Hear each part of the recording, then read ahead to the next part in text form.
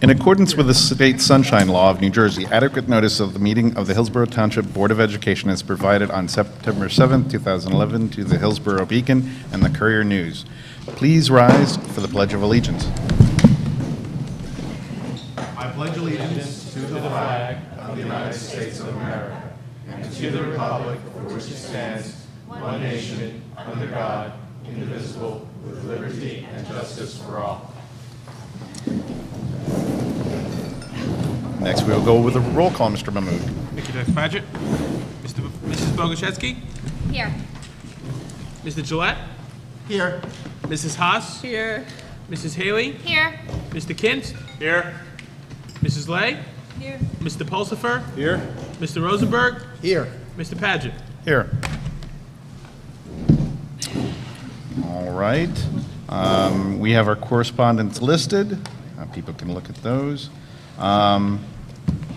And now we can move on to the superintendent's report. Thank you, Mr. President.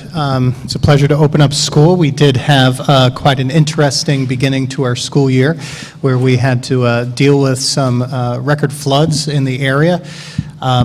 Just for the board as well as the public's edification on how we make decisions about whether or not to delay or to close school during floods. We receive river flood warnings. We also work with our police department that was exceptionally helpful during this difficult time. The Office of Emergency Management, our transportation department, our transportation coordinator contacts other districts that are contiguous to us to discuss road conditions. Myself and Mr. Mahmood are on the phone very early in the morning making a determination whether or not to close schools. On Tuesday, I guess on Wednesday, was it Wednesday or Thursday? It slips me when we closed school.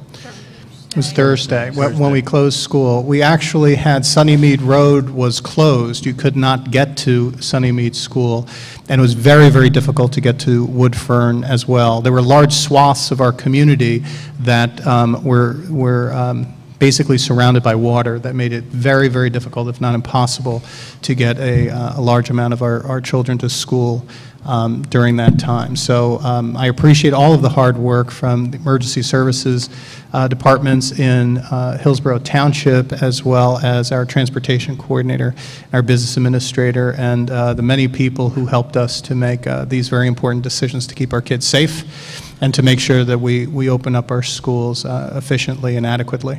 As you can see on the board agenda, we do have a lot of different items on the superintendent's report. I'd like us to begin with Dr. Antunes sharing how our district is recognized, is currently recognizing and has recognized the 10th anniversary of the September 11th terrorist attacks. Good evening. Thank you, Dr. Schiff. I'd like to thank Matt Mingle, our district social studies supervisor, as well as all of the principals who've cooperated with providing this information to us actually well in advance of today, so that we were prepared to know exactly what was going on in many of the classrooms throughout the district. But things when activities ranged from, in the elementary schools, from students writing letters of appreciation to the Woods Road Firehouse and Somerset Search and Rescue, to discussing Patriots Day and why we commemorate this day as Patriots Day, writing poems about heroes in some of the classrooms, to brainstorming words that show kindness and compassion. Again, many of these children either weren't born or were very, very young when this occurred. So everything, of course, is age-related. At Auten Road, we had students read particular books who emphasizing heroism, bravery, the spirit of New York's first responders. Let's see.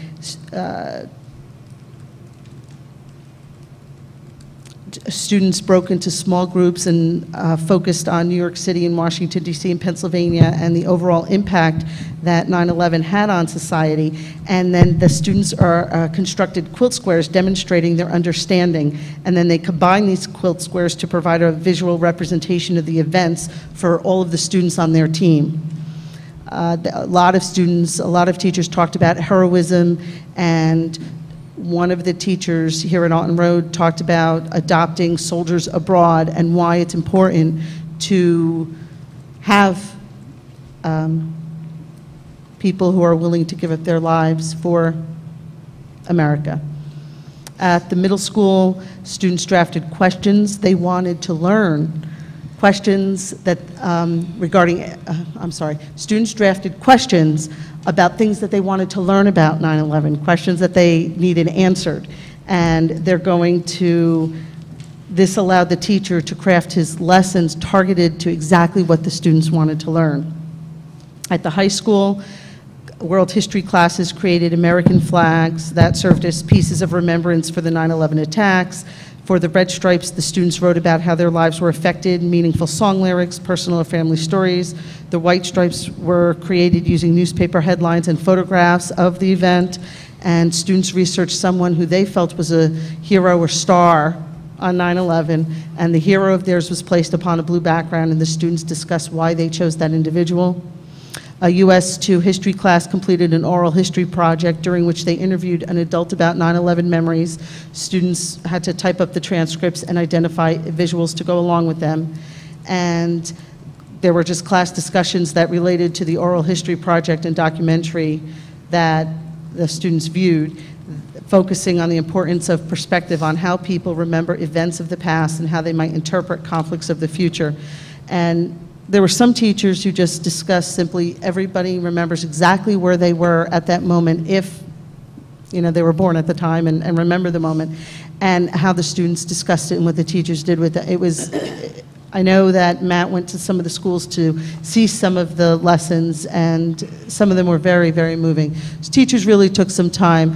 There were a couple of things that came forward earlier, in fact, at the end of the summer, that we really took some time to look at and decide whether they were appropriate for students, or perhaps one of the options was to have parents take a look at what we were going to do.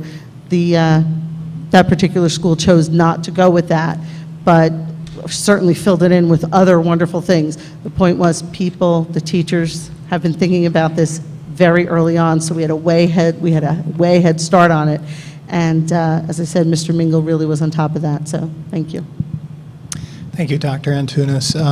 There have been a great deal of attention that we've paid in the district to remembering this event, and I don't think it is inappropriate for this board to also recognize the marking of the passing of 10 years since the terroristic attacks. And with the President's permission, may we take a brief moment of silence to remember those who have lost their lives and who are currently protecting our freedoms around the world.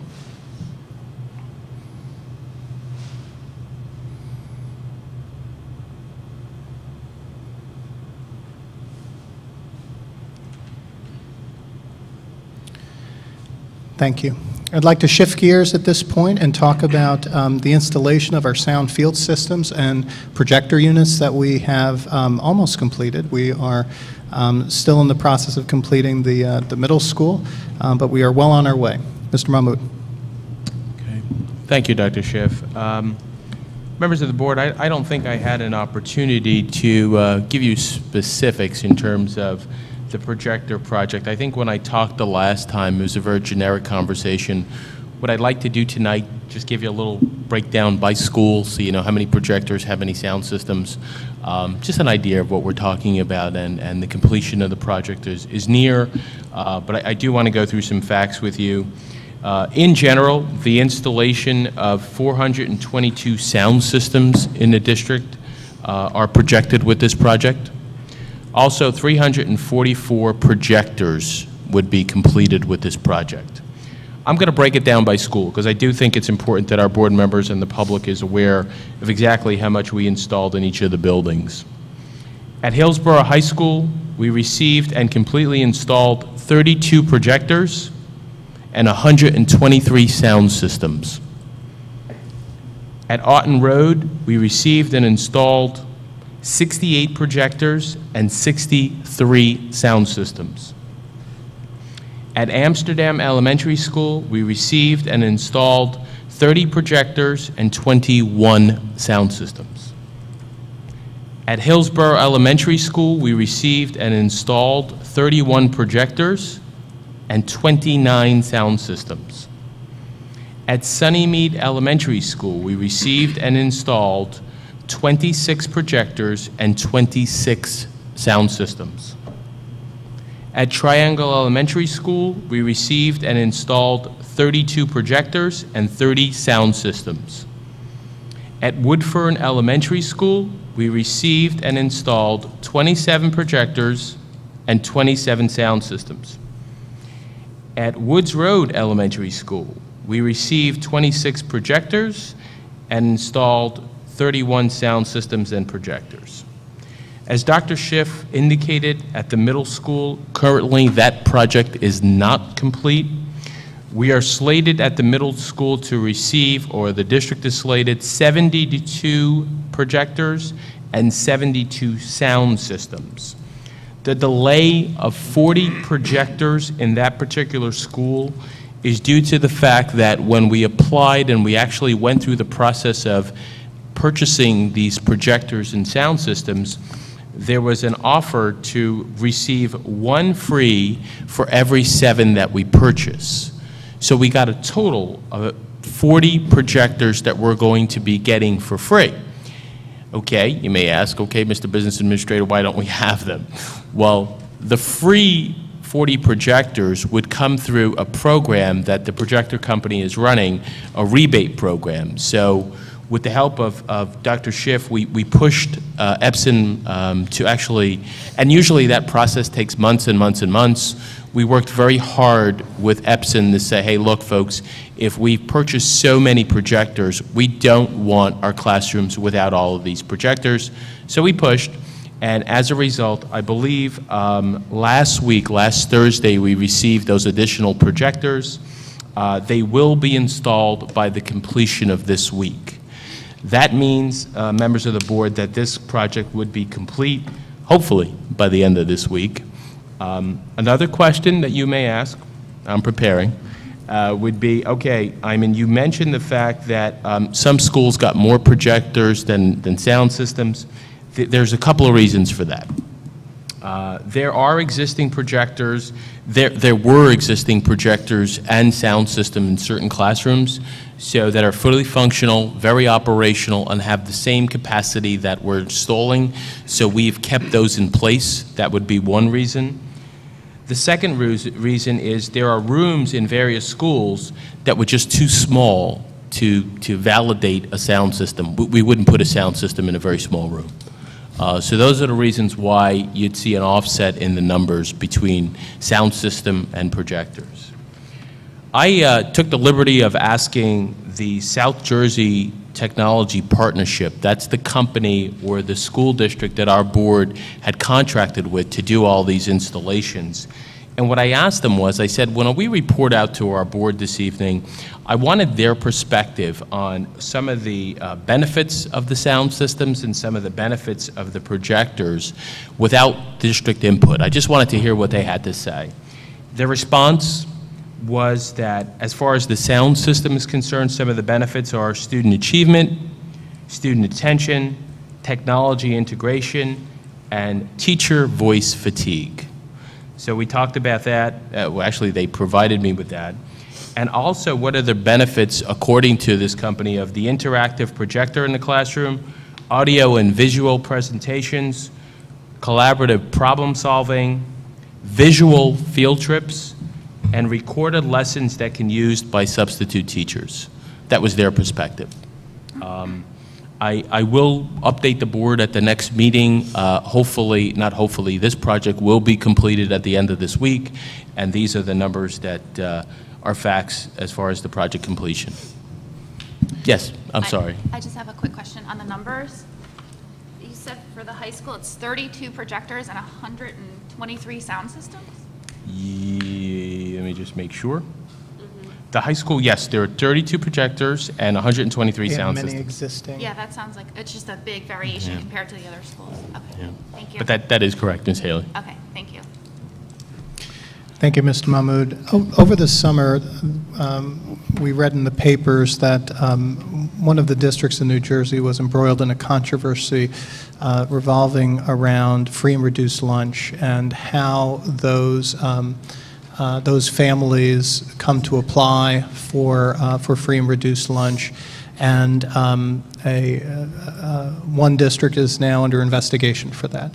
So we wanted to take a few minutes tonight to share with you our procedure in order to keep you well informed and to maintain a high level of confidence with the work that we do in this area. Mr. Mahmood. Thank you, Dr. Schiff. I guess I'm back up one more time. Dr. Schiff is absolutely correct about another school district that had some serious allegations about their free and reduced lunch program. What I wanted to walk our board through tonight is some definitions about what is a free and reduced lunch program, and also give you, again, some numbers behind that. The first thing I want to talk about tonight is something called direct certification students. What that means is the state mandates that we upload our student database to the state's database and identify any students receiving government assistance. Once these students are identified, they're put into the system to receive free lunch for the entire school year with a termination date of September 30th of the following year. So those are directly certified. We really don't get involved in any verification. It's based on the government assistance that they receive. For our district, we have 60 students that receive direct certification. So that's direct certification. There are families that normally then go about applying for just regular free and reduced lunch. The way the process works in our school district is our schools distribute applications to our families. The applications are initially screened by our school nurses based on financial guidelines administered by the federal government, and that are then sent to my office for final processing. The application information is entered into a system called Mealtime. We use that application to record the free and reduced lunch. Mealtime processes letters that get mailed to notify families if their applications is denied or approved. And how Mealtime works is through the company that actually updates that application, there are thresholds. What is considered free, what is considered reduced. So Mealtime, that application, sends out all of this data based on the thresholds that are set by the federal government. So parents get notification if their application was reduced, was approved or denied.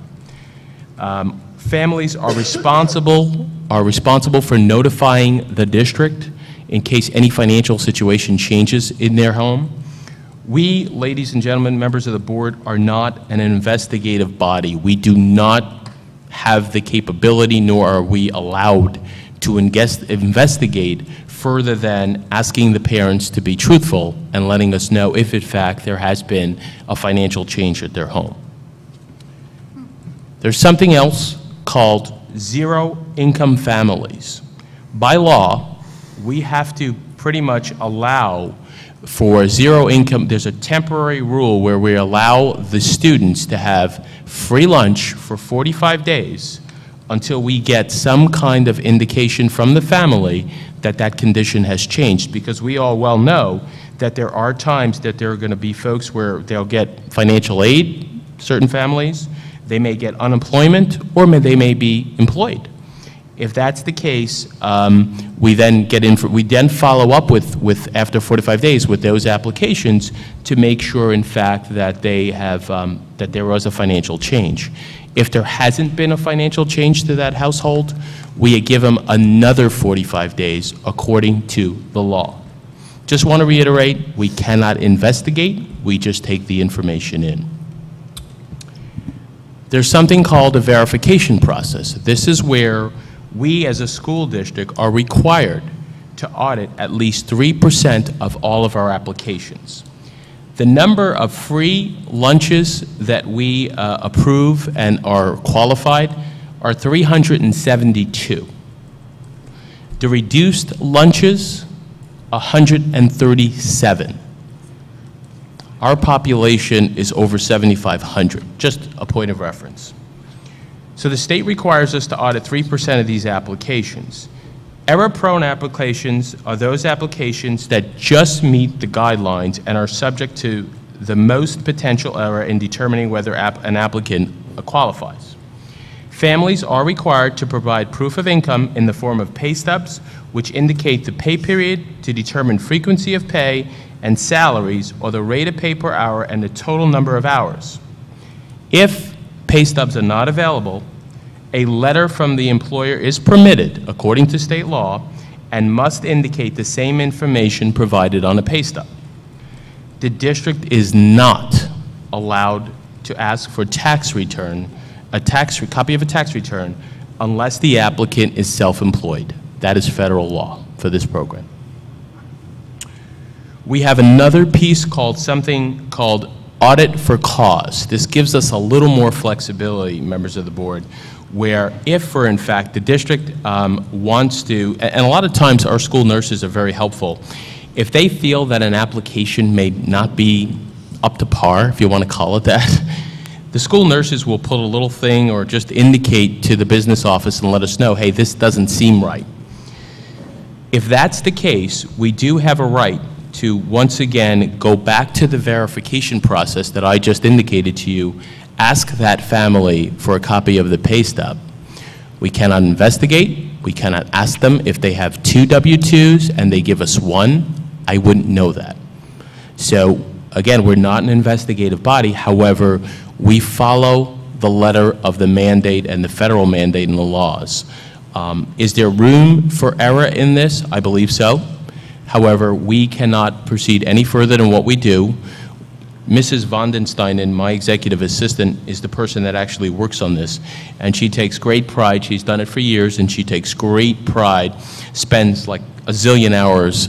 This is like the worst time because she's processing all this right now, and she's pretty diligent in making sure that she captures as much information as possible. A board member may ask a question. Okay, you have all of this stuff, but you really have somebody in question and you're uncomfortable with an application. We do have a right. We've done this in the past where we've contacted the Department of Agriculture and we've told them we have an issue with this application. Department of Agriculture will come back to us, and they have, and said, have you followed the verification process? If we have, which we have, we would then there's nothing that the department has done for us outside of following the federal mandate. So I can't say comfortably to the board that we have a complete, we follow all the letter of the law. We're very exclusive with that, but we cannot do any further action in terms of an investigative body. The letter that we got from one of our constituents, Mrs. Anderson, obviously regarding another school district, I can say to you that if something like that occurred and there was some staff or high-paid administrative staff, according to the accusations, that's something that we wouldn't sleep at night feeling comfortable that an application's in there if we know that, again, these are allegations that a top administrator in another district is applying for free and reduced when they make $150,000. I will assure this board that if that were to occur, we would not rest easy, and we would do whatever it took with the Department of Agriculture to ensure that something be done. Any questions? Thank you, Mr. Mahmood. I have on the overhead behind me our website, and I'd like to go through a couple new places on our website, the emergency management area and the anti-bullying. Mr. Rocco. Thank you, Dr. Schiff. There's a couple areas that I'd like to talk about that we've been working on this summer. First of all, we're in the second year of our 2-year Emergency Management for Schools grant.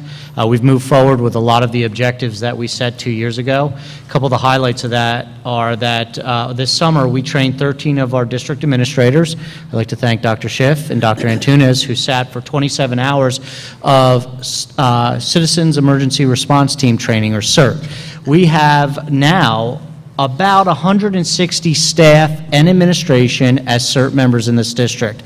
There's only one other district that we're aware of in New Jersey that has school members who are CERT trained, and none that I'm aware of in New Jersey that have that many personnel who are trained there. Also, part of the REMS grant, we developed an emergency preparedness website. Now, our intent was to launch this website sometime in the near future. September is Be Prepared Month, and so as part of that process, we were going to launch the site. Margie Rothblatt, myself, David Gwynn have been working on this site for some time now, and lo and behold, a hurricane decided to show up. So we launched that site the Friday beforehand, and you'll see that Dr. Schiff has that site up there. It's 90% done. It was 90% done prior to the hurricane, and what Margie Rothblatt was able to do was move forward any issues related to flooding, hurricanes, being prepared, family plans. But this is a resource that's available for all parents, all community members, all staff members, that describes things that we should be doing to be prepared in a general emergency. And it also has contact information with our Office of Emergency Management, our town website, other resources that are local, and she really does a nice job of breaking it down between the home, the school, the community, and family preparedness. We will be finishing that last 10% over the next month. On a second item related to grants, several months ago the Board of Education approved the submission of a Secure Our Schools grant, or SOS grant, which was written to gain funds that would allow us to accelerate the implementation of our digital camera system and magnetic card access at our buildings that don't have that yet. This grant is a matching grant and moves our implementation of those items 1 year faster into our schools. I'd like to thank the Hillsborough Police Department, Chief Kaminsky, and Lieutenant Besser for their efforts in submission of this grant on our part. We have worked with the Hillsborough Police Department over several years to secure this grant, and it's another example of the fine working relationship that we have with our police department. Finally, I'd like to update you on the district's anti-bullying policy and implementation. Effective September 1, the policy is now in place. As part of this policy, we have trained staff at the start of the school year, trained substitute teachers, developed a district website with contacts for reporting HIB. You'll also see Dr. Schiff has put this up. On the left-hand side, there's an overview of the program, contact information, and reporting bullying with the form that's required by law to submit if there is an alleged bullying incident within our schools. We have completed initial training for a majority of our staff. We have additional training going on later on this week for administrators and school anti-bullying specialists and safety teams. And we'll be moving forward with training all other staff and continuing that training throughout this year and into next year. Thank you, Dr. Schiff. Thank you, Mr. Rocco. Finally, I just wanted to mention to the board and the public that recently Inside Jersey magazine came out with New Jersey's best public high schools. Hillsborough High School is ranked within the top 10%. It is an analysis that also takes into account socioeconomic status. And when you re-rank how well schools are doing, and you look at how many schools above, there's about 330 high schools in the state of New Jersey. We're ranked, I believe, 32 if you look at all of them. If you re-rank it based upon the average home value, there's only one district in the state that has a lower home value than we do on that particular ranking. It is, again, just one other indicator that our district ranks very, very well compared to other districts in the state of New Jersey. I do want to finish up by saying we had some wonderful staff development opportunities at the beginning of the school year for all of our teachers. We had Ken Williams, who was here last year, was talking with our teachers before school began, with the entire staff about our professional learning communities, which is a natural outgrowth of all of the work that we did as an administrative team with the DeFores on developing professional learning communities. We are very excited to move this initiative forward, and we look forward to continued success. And with that, I'll turn it back over to the President. Thank you. Thank you. Is there any questions or comments from the public regarding the superintendent's report, which included 9/11 activities, projectors, school lunch program, update on the emergency management, anti-bullying, and then the ranking? I will put forward and volunteer the information in regard to the school lunch program that this board president does not, his child does not get free and reduced lunch. read the papers. You'll know what we're talking about. Any questions from the public? All right, seeing none, is there any questions from the board regarding the superintendent's report? Mrs. Haas? Yeah, I can't find the CERT information on the website, Scott. Where would If that you, be? right now, if you go to, it should be, can you scroll up, Dr. Schiff, for a second? Right up to home. Services, if you look under services right now, we had it up and prevalent during the hurricane, and you could click right on it in recent news, but we moved it back at this point, but it should be under the services under REMS, R-E-M-S. I'm still not seeing it. You see? Under Yeah, I services. hit it. REMS. Okay. We scroll down. Here's the Nobody's cert. ever going to find that. We're going to make it more Make prevalent, Yeah. yeah. could We're we going make a to, little- Is that part of the 10%? that's part of the 10%, it is, absolutely, thank you. Yeah. Margie Rothblatt's going to make a little symbol for us, and it'll be up on the recent links, but that was one of the final steps, yeah. Okay. Okay. Mrs. Haley? Thank you. I just have a question with regard to the curriculum and 9/11. Is that something that is now introduced this year in New Jersey, or is that going to be for next year's school year? I'm not sure I understand your question. I had read a few articles that there is curriculum going to be required in New Jersey with regards to 9/11. And that's actually in regard to Patriots' Day Okay. and remembrance of 9/11. As we rewrite the curriculum, which social studies is due to be written next summer, then then it will be included as the standards call for. And just a point, I actually attended the ceremonies at Woods Road Firehouse yesterday, and we have a piece of the beam now with a monument at Woods Road School. So that might be something that we should think about when it comes to even a visit from either firemen that are here locally or even over to that area to see the monument, because they did a beautiful job with it. And it's something that you can really appreciate. So, and I just wanted to also take the opportunity to thank Mr. Rocco and Chief Kaminsky, because I was very impressed that we received that grant. I know we've applied for it for many years, yes. so that was a nice surprise to open up my email and see that we got that. So thank you. Any other questions? All right, seeing none, we're going to move on to the review and approval of the minutes. All right.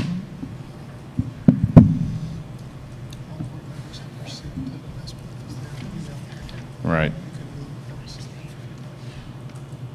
All right, we'll do the review via the, I'll take a motion to approve. Mrs. Haas? Yeah, I have two minor items on the minutes. Under the superintendent's report, there's a reference to the communication committee. I believe that should be the education committee. And then under curriculum, the Hillsborough High School Fuse program was listed twice. All right. All right, so I'll take a motion for the August 15th, 2011 work meeting. A motion to approve? So moved. And a second? Second. Second. Thank you. Is there any further discussion or corrections?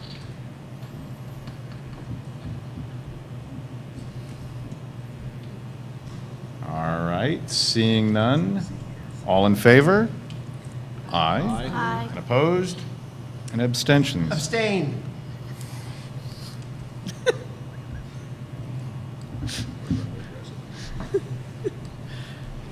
Mr. Gillette is in full voice tonight. Okay. All right, that's all the minutes we have for this evening. We are going on to the committee reports. The Operations Committee has a committee report. Thank you, Dr. Padgett. The Operations Committee met 6:30 this evening, and we had a couple of, well, we limited, this is a short meeting, just limited to the items that might be on tonight's agenda, which were the, first of all, some transportation contracts, which you saw in on your packet, and the newly created positions. that you saw in your packet and that you also discussed at the August meeting.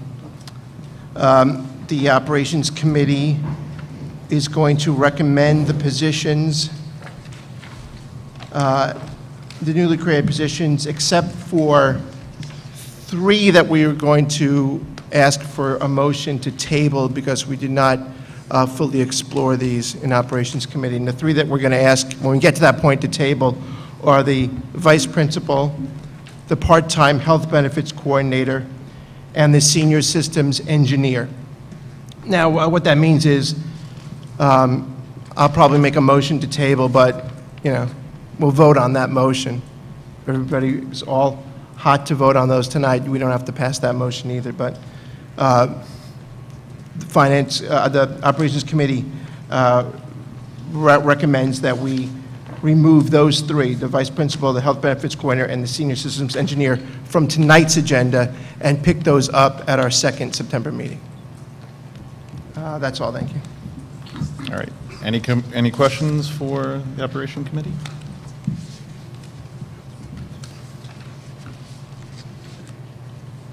All right. Seeing none, we're going to move on to new business. If there's any new business from the public at this time, those wishing to address the board may do so at this time. We do not always address them at this time, though, but we will either refer them to the administration or the board committee or put on a future work session. Please give your name and address. Hi, I'm Marissa Sladek. My address is 681 Dover Court, Unit E in Hillsborough. I'm coming to you for 2 different things. First of all, I have children in 2 different elementary schools, and it was very difficult to be able to go to the open houses for those elementary schools, being as that they were at the same time. I am asking, as a parent of special needs children who attend these elementary schools, if you can stagger those open houses. It allows parents in a unique situation like mine, where my children need to visit the schools, they need to know who their teachers are, they need to know where their classrooms are, to be able to attend those for their children. That's the first thing. And then my second point of interest would be extended school year.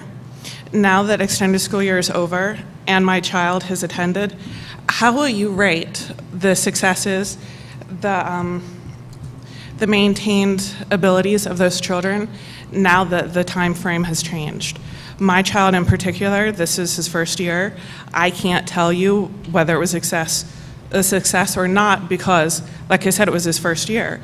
However, parents of other children have come to me and said they were not happy. So are you going to rate the successes or maintaining abilities based on the whole as a group?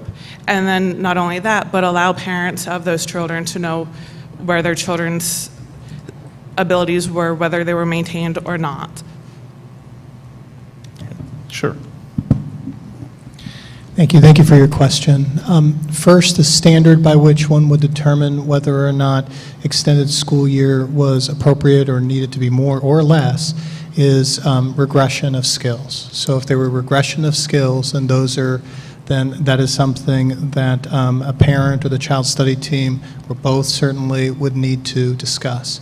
And as far as individual decision-making about whether or not a parent has a concern about how well their child did through the extended school year program, that process takes place during the annual review, or a special meeting can always be held at the parent's request with the members of the child study team. I hear what you're saying. However, as someone who was a case manager in another district, I think that the process can be changed and it can be much more effective. And I don't think that it was as effective as it could be. Thank you. Thank you. And then the staggered open house, do you want to talk that over with? Yeah, I think this lady brings up a very good point about the staggered open house, and I will bring that back to the administrators to discuss it for the following calendar year. Thank you so much. Thank you. Thank you. Any other new business from the public? All right, seeing none, is there any new business from the board? Mr. Gillette. Yeah, I just wanted to say I agree with Ms. Sladek's comments about the open houses. As a parent of children who for many years went to 2 different elementary schools, It's tough enough when so many things seem to overlap on that same evening.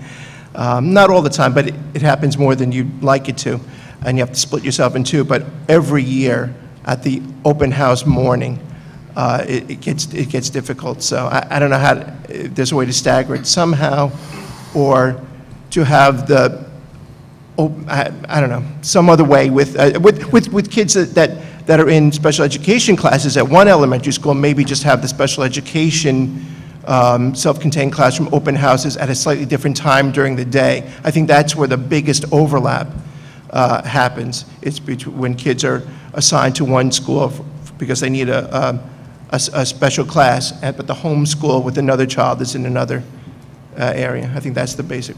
It's a very good point. We'll discuss it. Actually, we have a leadership team meeting tomorrow with all the administrators, and we'll bring it up as an agenda item. Mrs. Haley.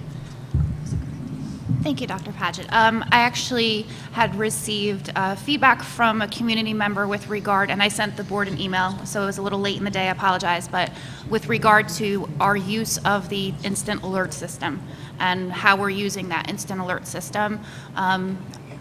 This gentleman, as I have also heard from other community members, are starting to get a little bit upset and are ignoring some of the messages that are now coming out because they are about surveys or reminders, and we really should just review because, you know, seeing what happened with us Thursday with the closure of the school, it would be a shame for a parent to miss that instant alert because they think it's just another quote-unquote spam message that's coming in their direction. So. Thank you. Thank you. Yeah, I'm still confused. When you talk about instant alert, there's instant alert on the phone, there's instant alert on email. You're talking about instant alert on email, right? Okay. So no one is objecting to too many phone instant alerts. Is that correct? It's the emails. So we've got the level of the phone instant alerts under control. Okay. I also wonder if you're a parent of students in multiple schools, if that exacerbates the problem because you're getting instant alerts from different buildings about different programs. But I just wanted to make sure it wasn't the voicemails, just the emails. Yeah, in any emergent issue, we're making the phone calls. We're checking off phone. So the instant alert should not be used, the phone messaging should not be used for anything else but emergencies. Thank you. Okay. Anything else? Mrs. Lay. Yes, I was alerted that there may be a need for project graduation organizers or volunteers, and I'd like to encourage parents to participate.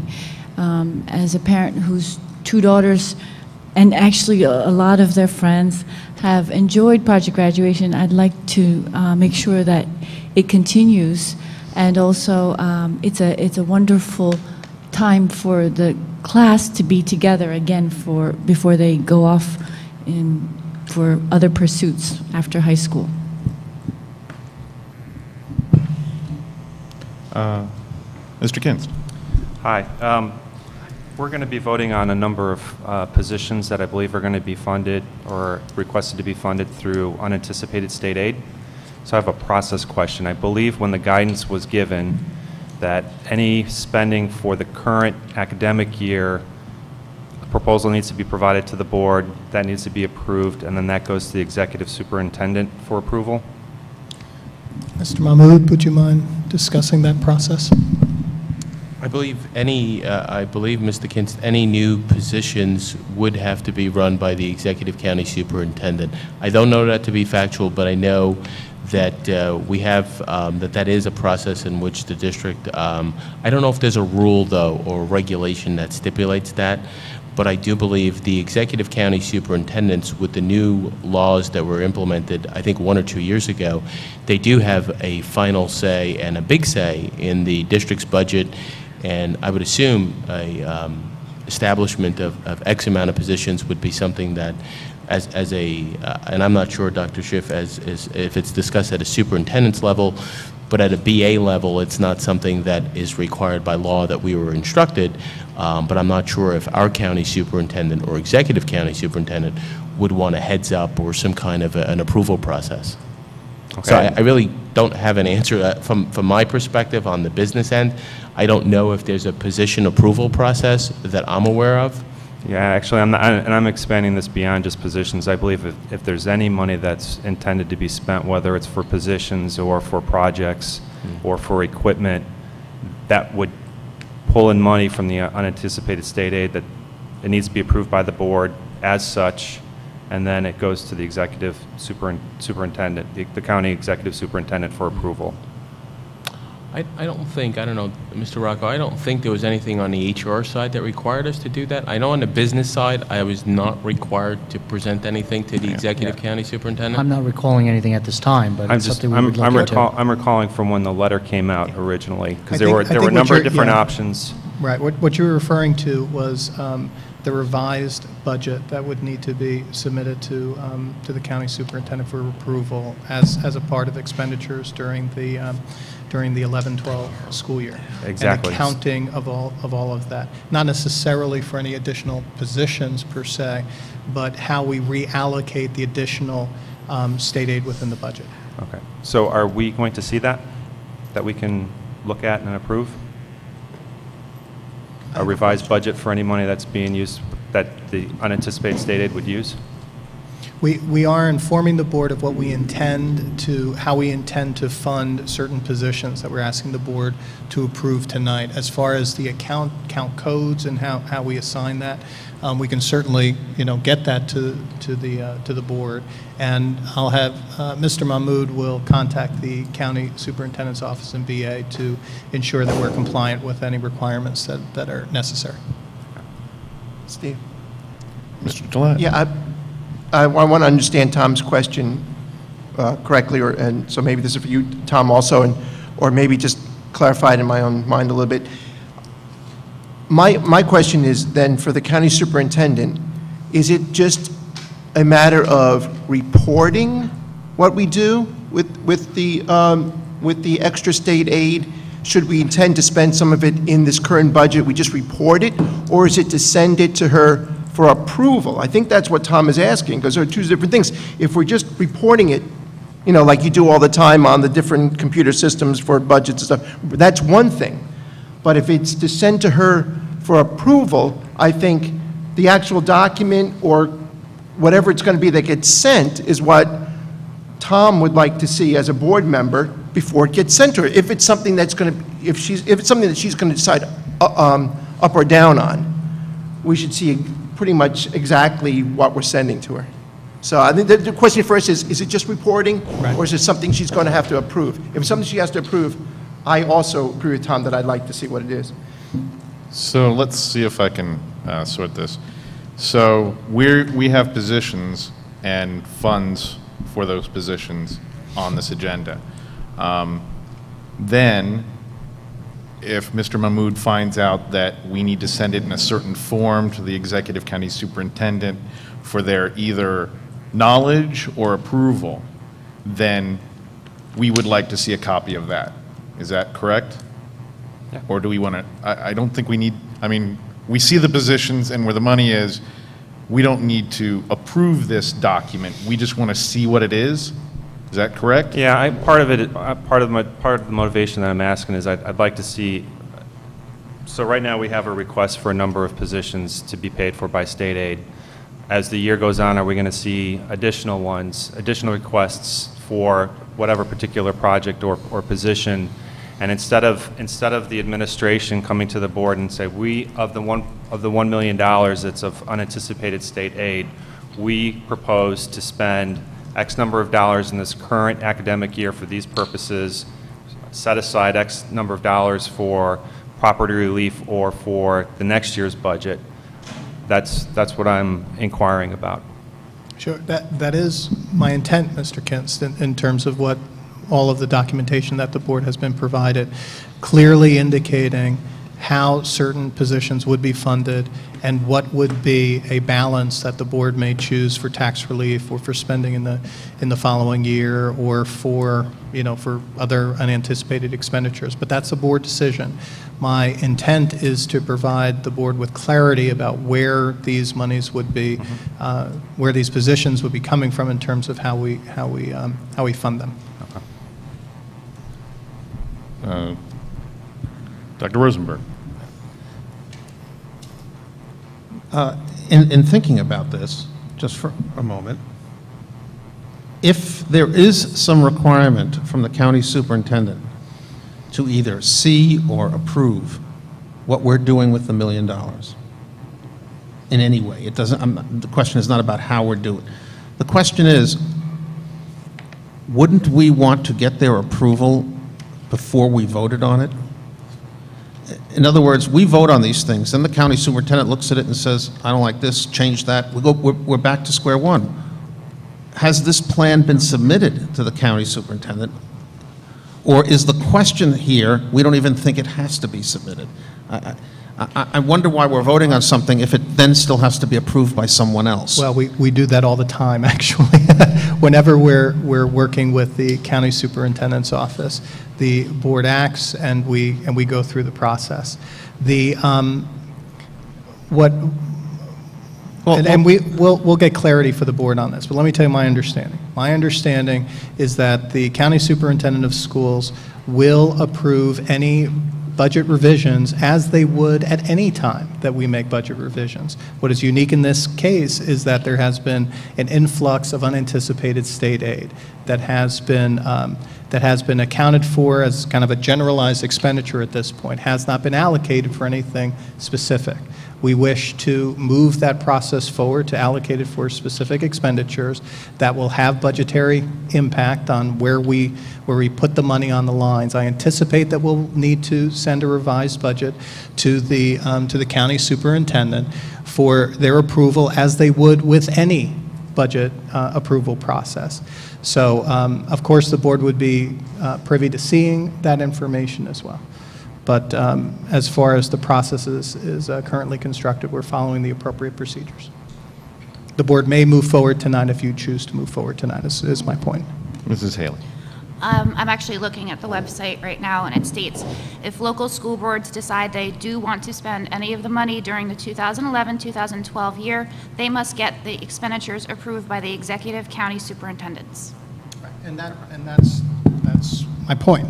The executive county superintendent approves it as they would a typical budgetary approval process. They can redline things that are inappropriate within a budget, as they have and could do in the past. There is no special type of authorities and powers that the county superintendent has as a result of this process, as I'm aware.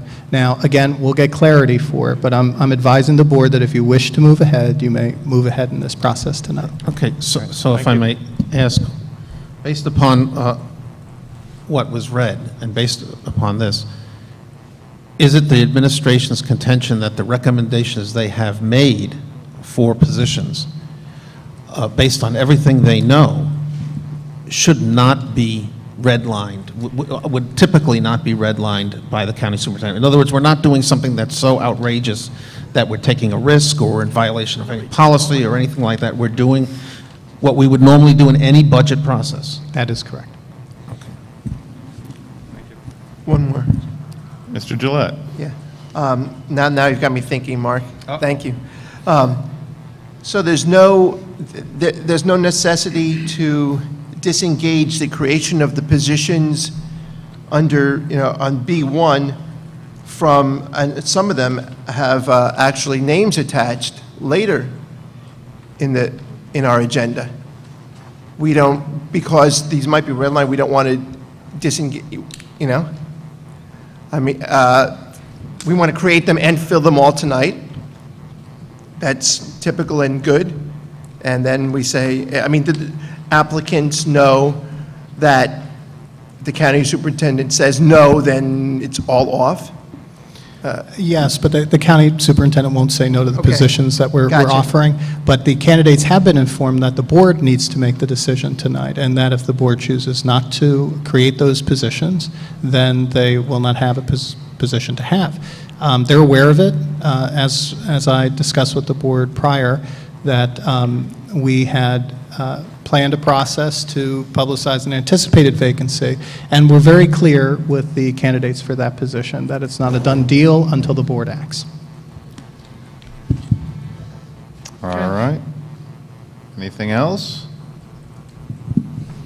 Mrs. Haas?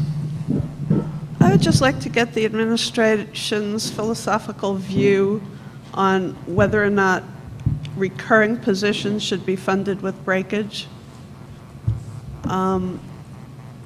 It's wonderful that we have this money this year. There's no guarantee that it will recur next year. Many of these positions aren't one-year positions. I have been stating for the longest time that as far as the Ed Jobs money goes, I would like to see those positions hired immediately and get that money spent before we have to give it back next June. But as far as breakage and to some degree the state aid, if there's no guarantee we're going to get it again, whether or not we should be spending it, or should we be spending it conditionally and make it very clear to candidates for these positions that they're coming into a one-year situation. Dr. Schiff? Yeah, I can just share with you that as we developed the 2010-2011 budget, and I'm saying superintendents across the state, with a certain understanding of what our state aid was going to be, and then reduced 5% of our operating expenses, I don't think superintendents around the state assume much of anything anymore about state aid. I think that, that we need to do what we feel we can do, and understand that, that state aid may be reduced, it may be increased, this is an unknown, and we need to address those issues as they come up, as we have in the past. It is, it's difficult, but if you asked me 3 years ago, I'd have a much different answer to that. But now there's always apprehension that, that if we lose significant amounts of state aid, we will be laying off people, and that is what all districts have to face.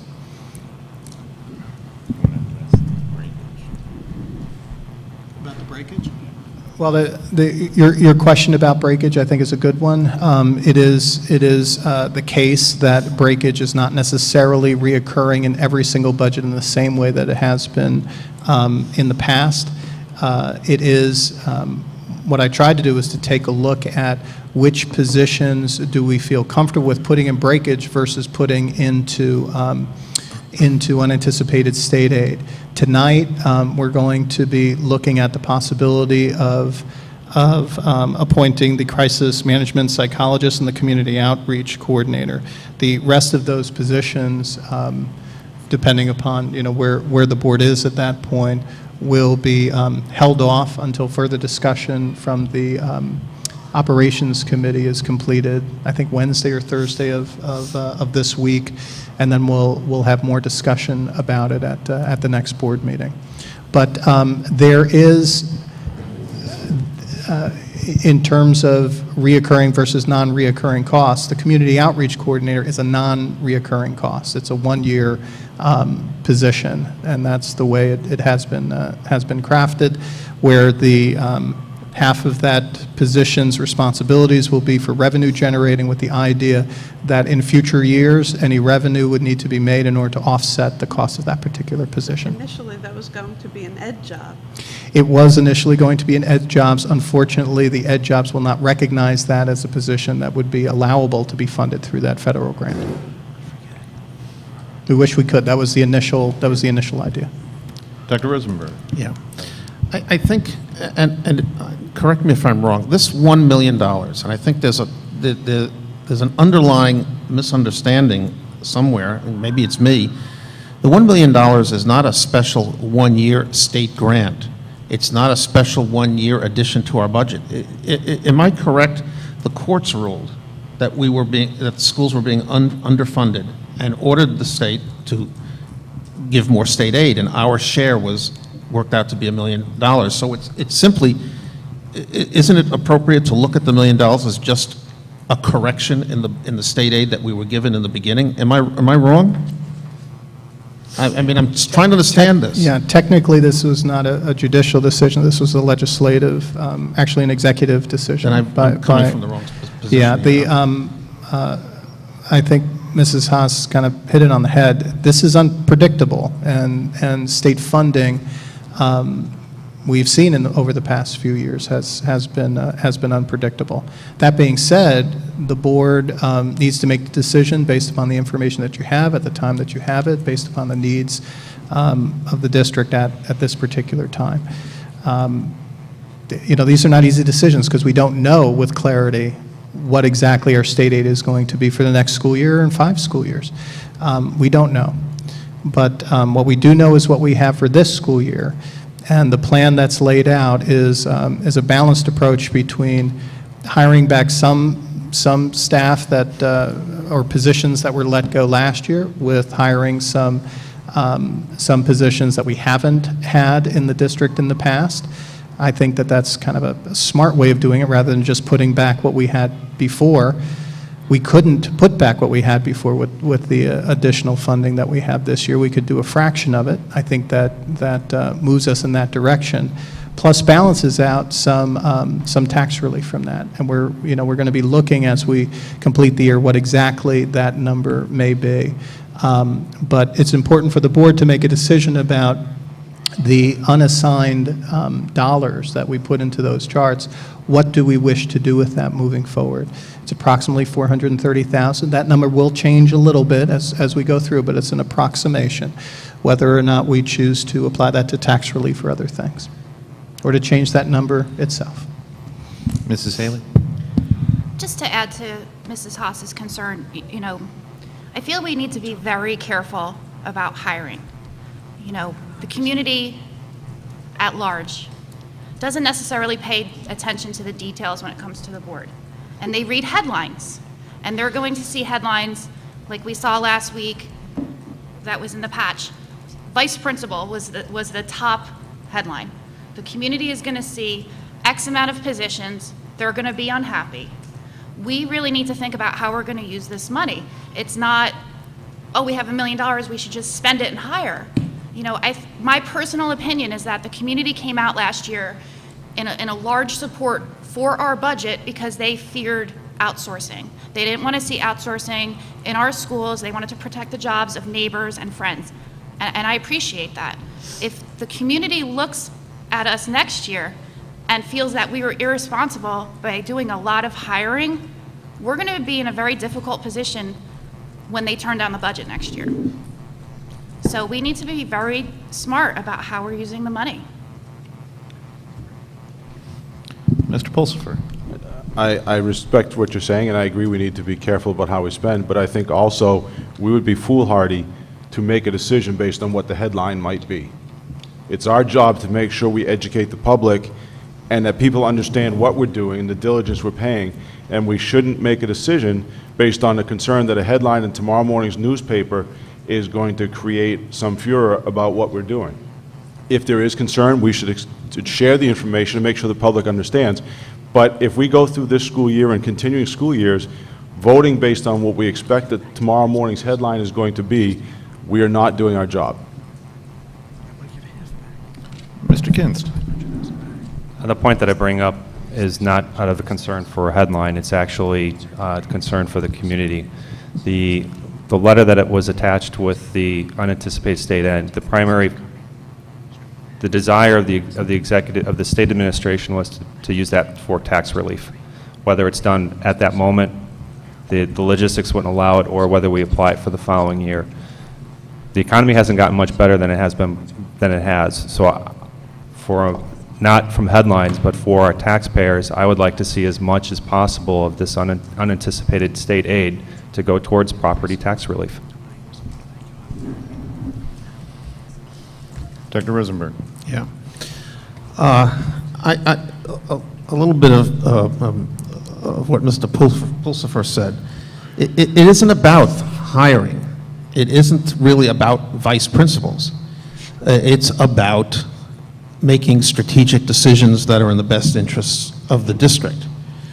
If the administration comes and says, we need X, we don't need Y, we don't need Z, but we need X, we have to consider it on its merits. I don't think we do our job if we simply say every request for everything is going to be turned down whether we need it or not.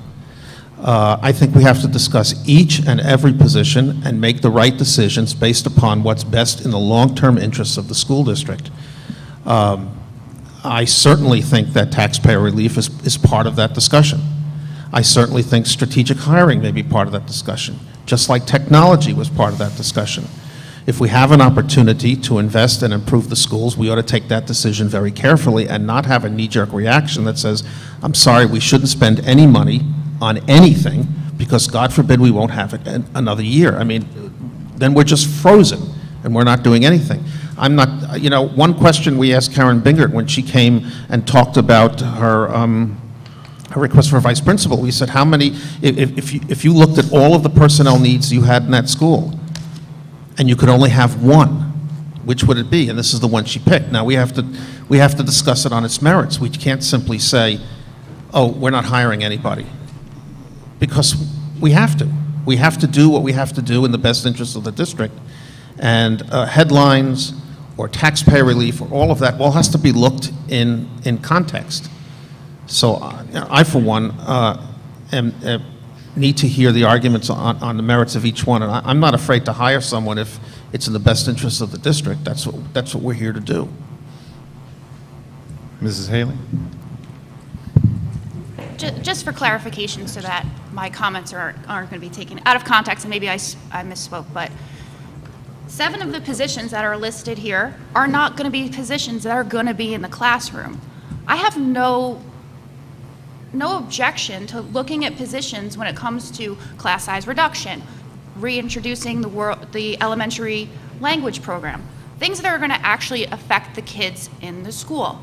When the community looks at the positions that we have listed here on the agenda this evening, more than half of them are not going into the classroom. And that's the problem I have. So, you know, as far as when I stated headlines, guess what? Whether we like it or not, that's what the community is going to see. They're going to see that the positions that we're potentially approving are not going into the classroom. Mrs. Lay. Okay. Well, before I got on the board, I would listen to the meetings and couldn't figure out what's going on. So I want to clarify to the public that the portion, the staff that is going towards state aid are world language and class size reduction, targeted assistance math at the high school, and that's to help with students who had who didn't pass on the NJASC 8 score, and also the district anti-bullying coordinator. And as board members, we had the benefit of listening and trying to understand the reason for this coordinator, and it has to do with the change in the law.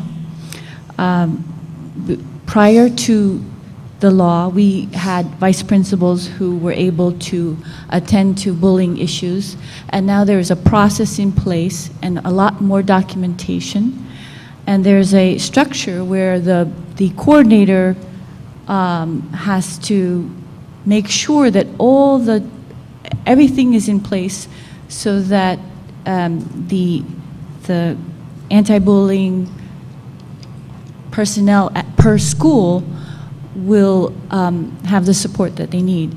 So I think that just for the public to understand, the staffing in the section for unanticipated state aid, I think is a very, I think I can support that.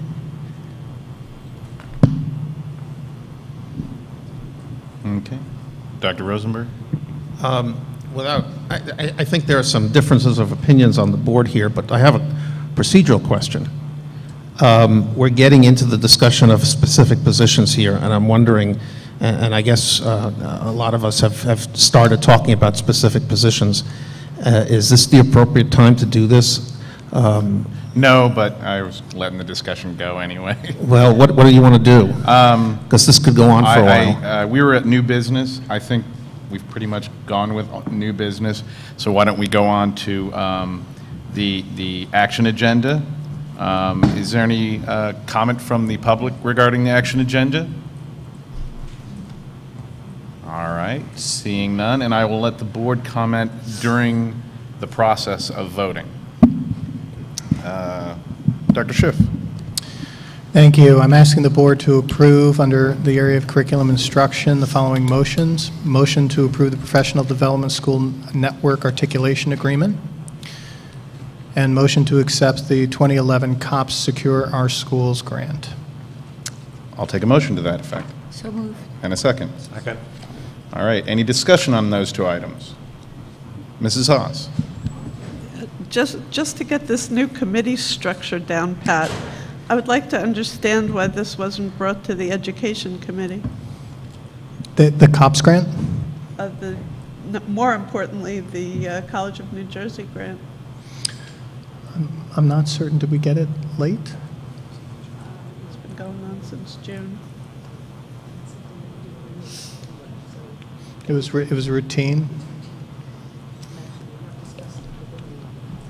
Okay. So from Dr. Antuzmi, you may want to get the mic and just clarify that. Sure. Actually, this is something routine that we do annually, but this is actually the Professional Development School Network, PDSN, with teachers with the College of New Jersey. We did receive the articulation agreement late, and in order to start the school year, we need to move it forward. But it's typical. I think that this district has been a part of this from its inception many years ago with Dr. Gittleman. So this is just another housekeeping sort of thing.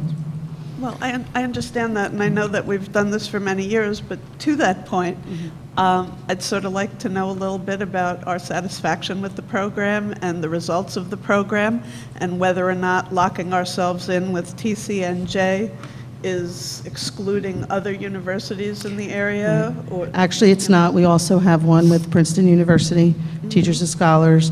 This is Professional Development School Network, and I'm actually on the committee, the executive committee of this particular, not TCNJ, just the Professional Development School Network. I was just appointed to that the end of last year. So this just provides professional development opportunities to those districts who are included in this, who choose to be included in this, for a very minor fee or no fee. And it also establishes a table for us at the job fair for Teachers College of New Jersey at no cost also. So we do get other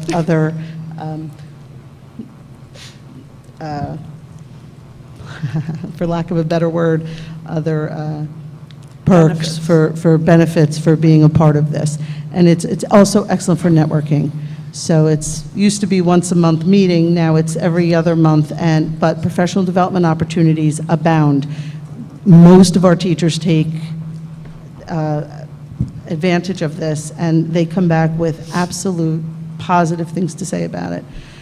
It also establishes a student, we deal with TCNJ a lot for student teachers, yeah. And it establishes a relationship with that aspect as well. I have a quick clarification questions. This is for our staff, not for our students, correct? This is for staff. Okay, so maybe what the Our committee students structure do should get be- benefits also from this. I did bring to the education, I think, I'm not sure if it was Education and Curriculum Committee at the time. We briefly discussed the fact that TCNJ came to us asking us if we had students who perhaps would like the college experience to go on campus, actually to take a level 1 Chinese course that college students are actually taking. Now, they haven't developed that yet, but they're writing a grant. They wanted to make sure there were enough people interested, and we did say that we were interested in that. So there are also some opportunities for students as well. Anything else?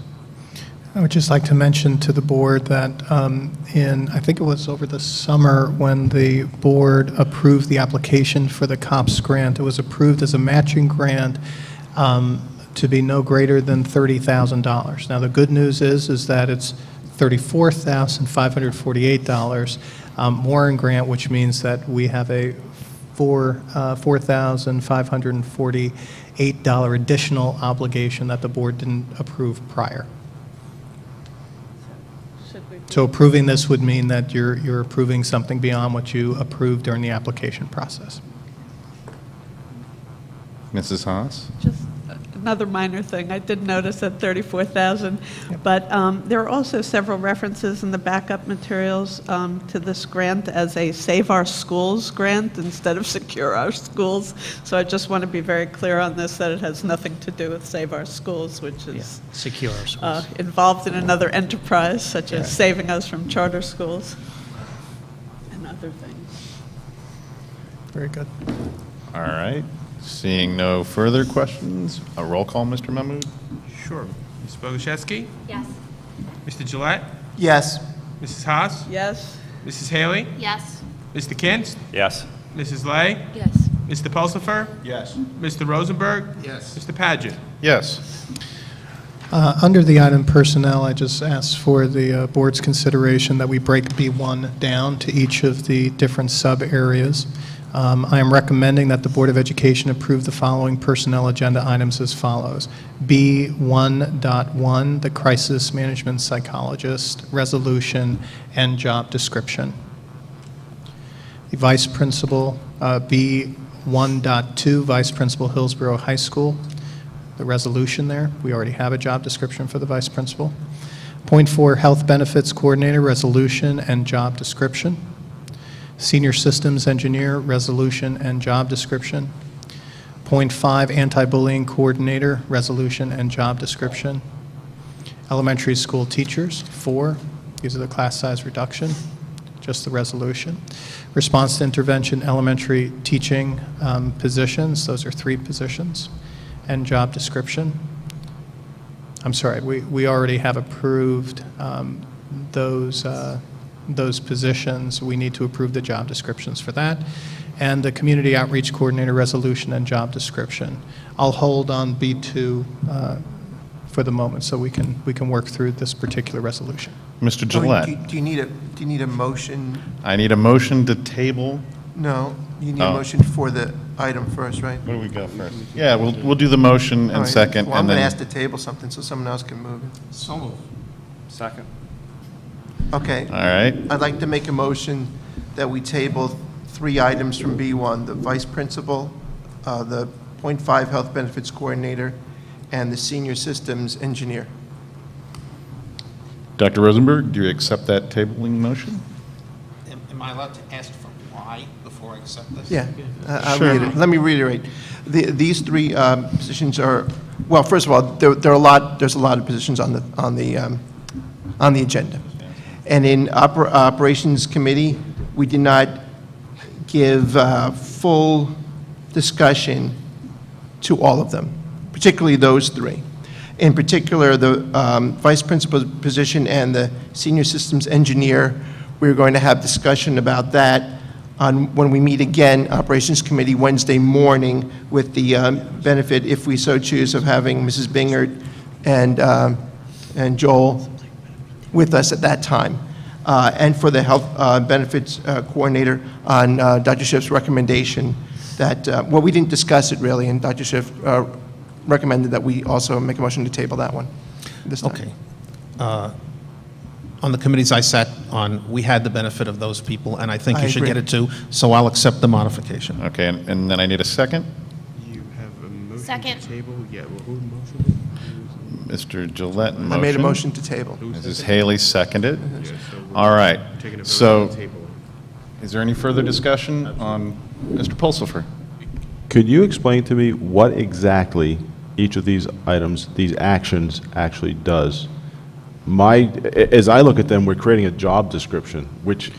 No, we're actually doing two things with these motions. That's what I'm trying to understand, Right. because to me, there's no reason to table a job The resolution is to create the position, and there's also a job description that's attached to many of these, as noted. Right, but- So it's a new position that does not have an existing job description.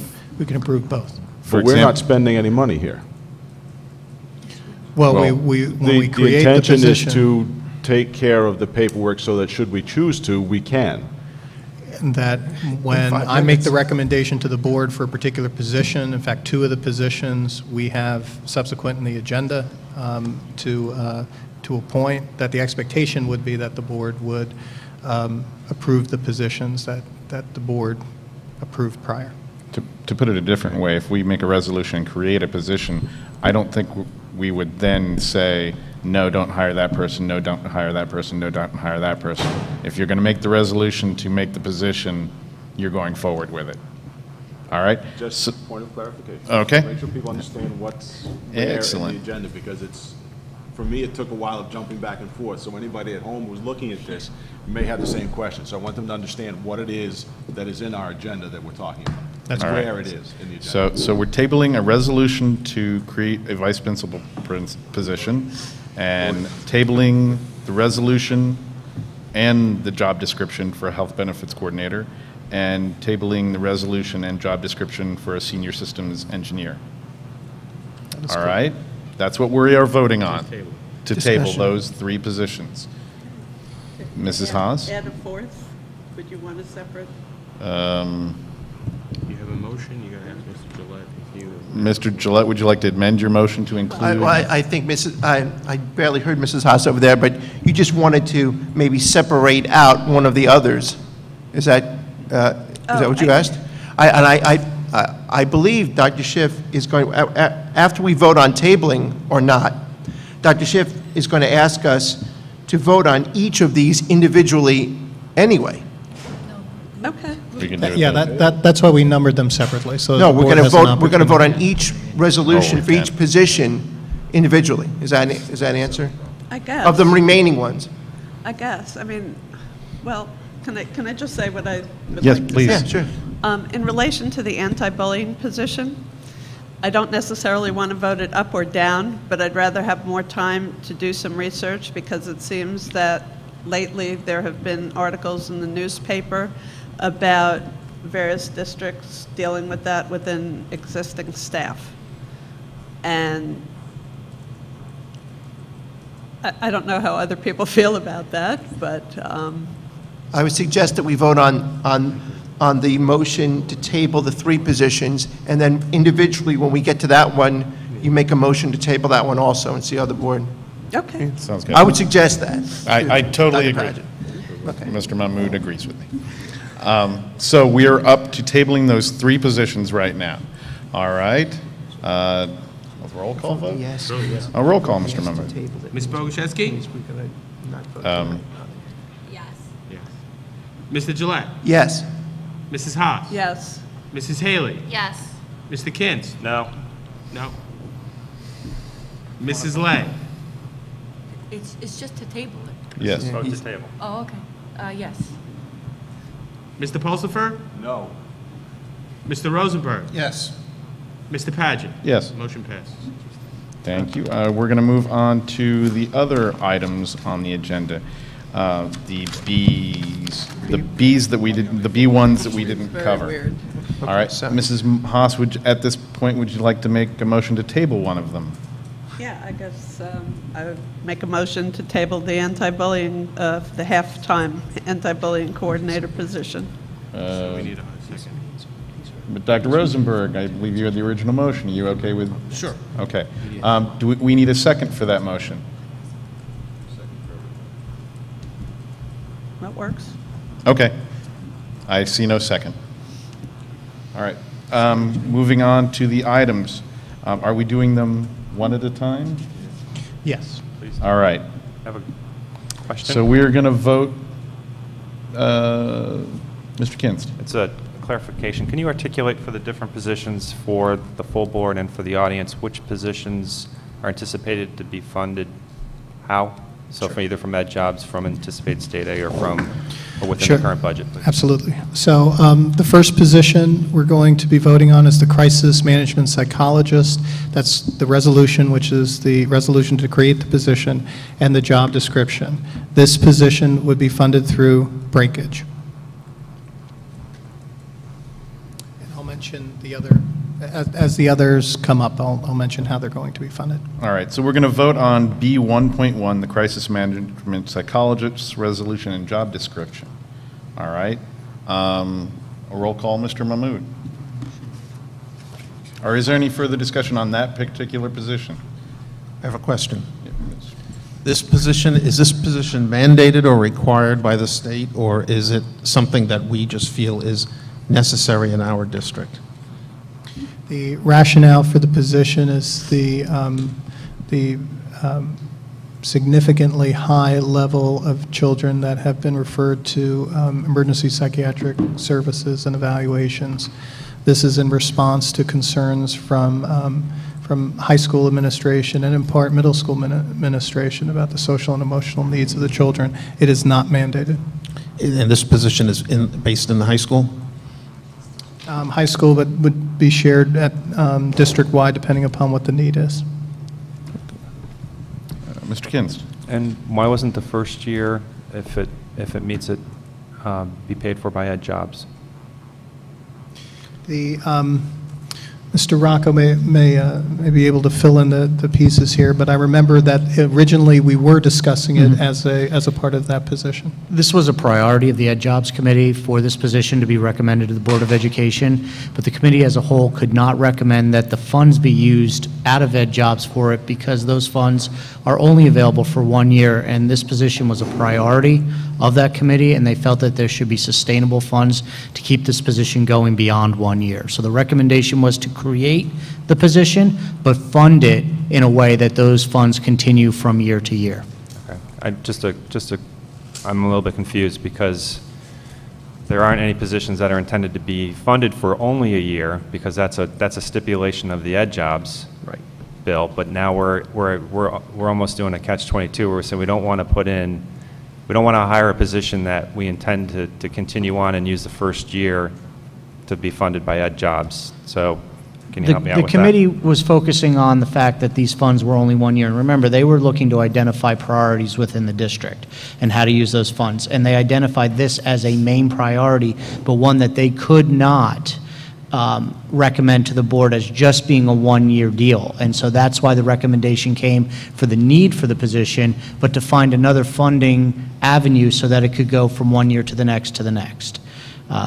I'm not sure if I'm answering your question. Yeah, but there's no stipulation that positions funded by Ed Jobs would not continue. There is not. Okay. No, that's accurate. All right, any further questions? All right, seeing none, roll call, Mr. Mahmood. Ms. Bogoshevsky? Yes. Mr. Gillette? Yes. Mrs. Haas? Yes. Mrs. Haley? Yes. Mr. Kinst? Yes. Mrs. Lay? Yes. Mr. Pulsifer? Yes. Mr. Rosenberg? Yes. Mr. Paget? Yes. The next is the .5 anti-bullying coordinator to create the position as well as approve the job description. This particular position would be funded through the unanticipated state aid. All right, any further discussion on this item? Motion first. Mrs. Haley? Is it Do we- motion first? We have a motion with Mr. Okay, I'll take a motion for the anti-bullying coordinator, please. So moved. And a second. Second. Thank you. All right, discussion. Mrs. Haley. We discussed this in great detail at the Operations Committee, and Mr. Rocco brought up points that I was not aware of with regard to the legality of exactly who is allowed to have contact with parents, et cetera, when it comes to filing complaints. So I think for the public to also understand, I'd like Mr. Rocco to make that clarification to the full board as well. Okay with that? Thank you, Mrs. Haley. The new law, which we have a policy that went into place on September 1st, is now available on our website if you go to the harassment, intimidation, and bullying website. What you'll find in the new policy and the law is that there are strict procedures, timelines, protocols that have to be met when an alleged incident of harassment, intimidation, or bullying is reported. The individual who will actually do the investigation is not the administrator. It's actually the school bullying specialist. That individual will do the investigation, report that to the principal in a time frame within 10 days, and the principal is then the individual who determines what type of action will be taken by the school itself. Will it be a disciplinary action? Will it be a learning experience? What will be taken into effect based on the code of conduct at each school? The district anti-bullying specialist is the individual who's the resource for the school specialists and the school safety teams. That individual is also the person that compiles the reports, reviews the reports, addresses those reports to the superintendent of school, prepares the reports for the Board of Education.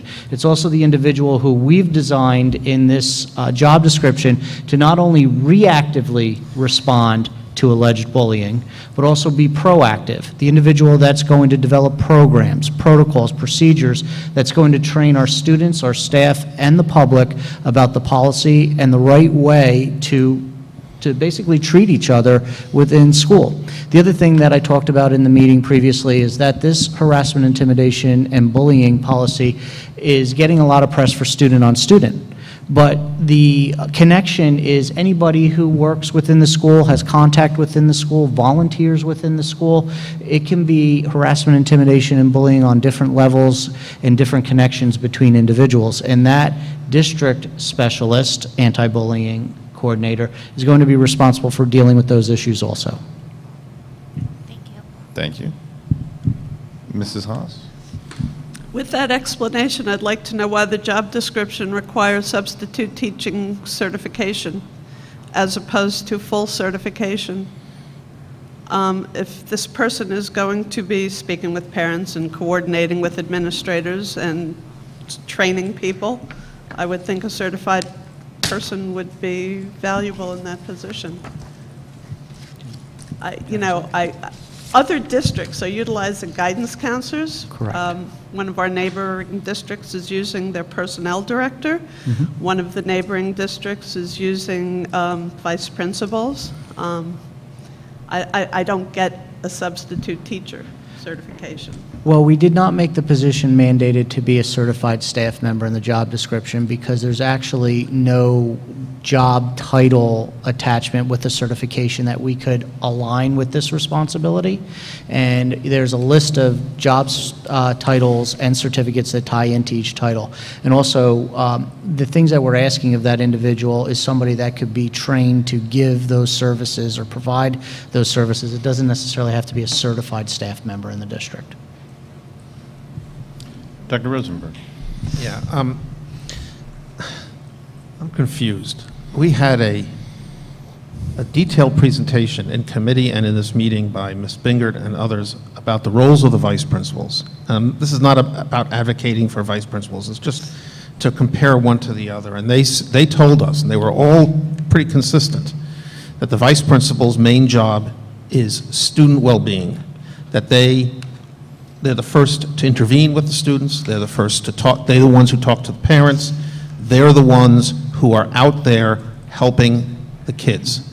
And they were very clear that the vice principals are not really an administrative job, it's really working after the social, emotional health of the kids.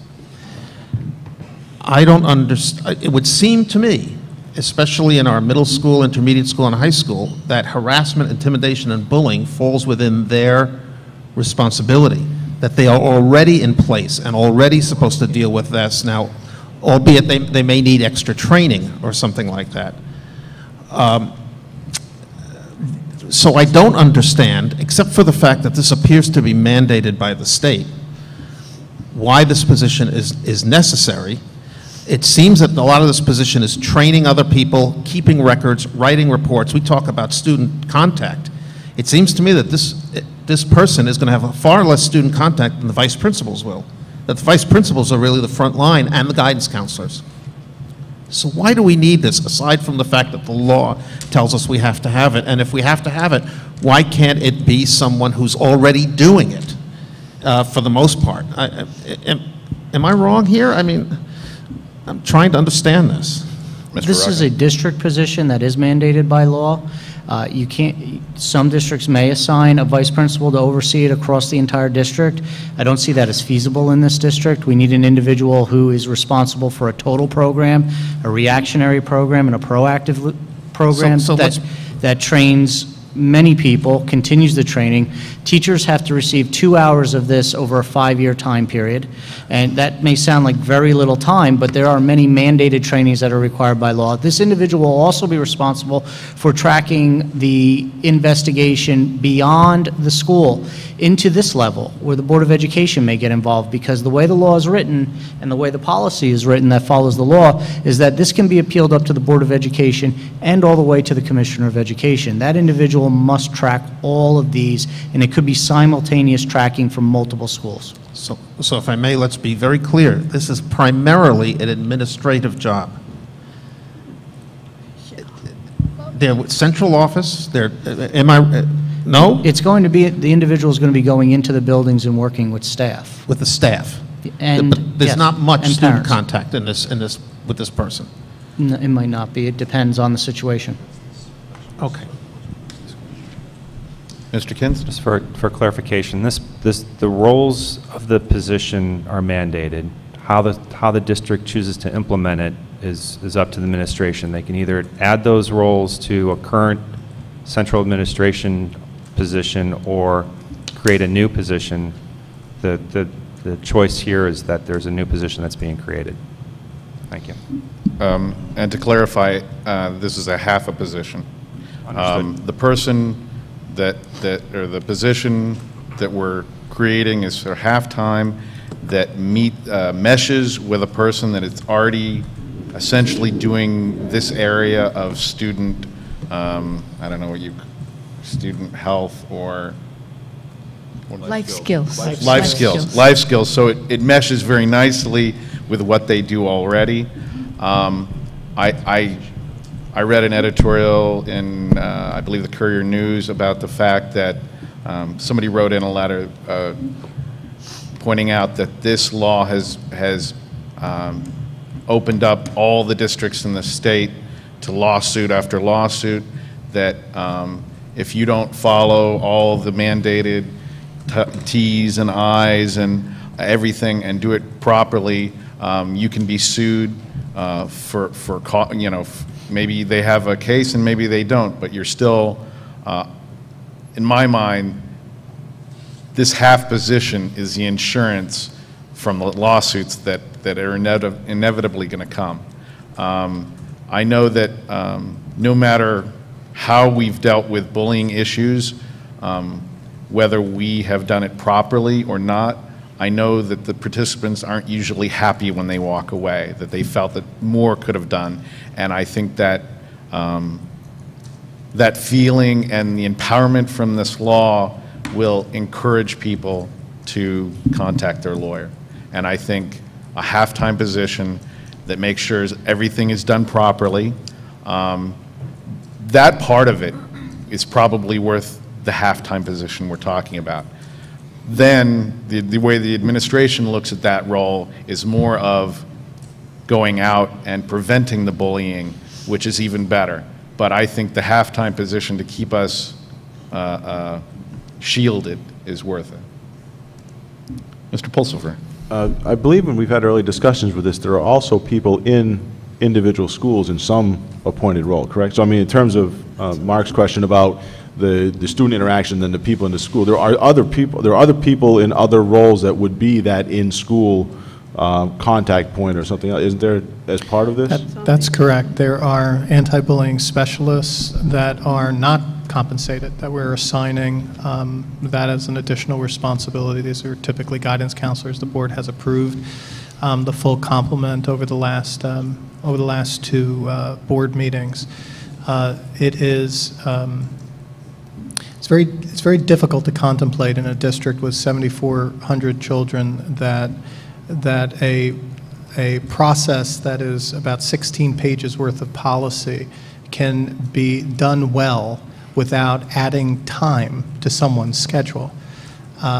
The whole idea behind this is that we have a person who's doing life skill development currently, which is very much aligned to a good anti-bullying message. The idea of being proactive in giving her additional time to go into schools, to work with children, to work with staff on creating environments that are free from bullies, free from harassment, and free from intimidation, as well as ensuring compliance with all the investigative responsibilities, the documentation responsibilities, the staff development responsibilities, seems to me to be, well, I just think it's intellectually inconsistent to say we're going to have all of these responsibilities, but our friends down in Trenton feel that we can do this without adding any additional time. I think that it's an investment that is that's well made, and I think we're fortunate as a district that we actually have someone that's already working part-time that has similar types of experiences with kids that that extra time can only add to that. Dr. Rosenberg. I'm sitting here thinking that this is unfunded mandates from the state. It is. I would describe it as such, too. And I'm thinking that I really do believe that the vice principals are our front lines here and will probably do a better job. But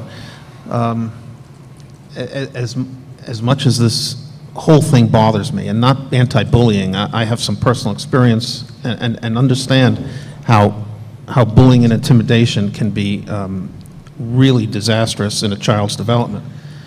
I'm actually compelled by Dr. Padgett's argument about legal protection and the fact that we have someone already in place who's doing part of it. So,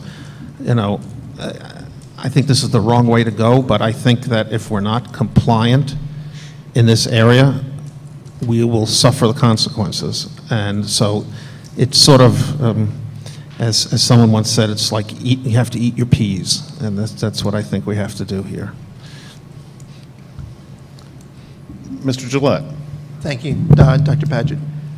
This is the first position on our agenda tonight that is proposed to be funded through the $1 million in unanticipated state aid.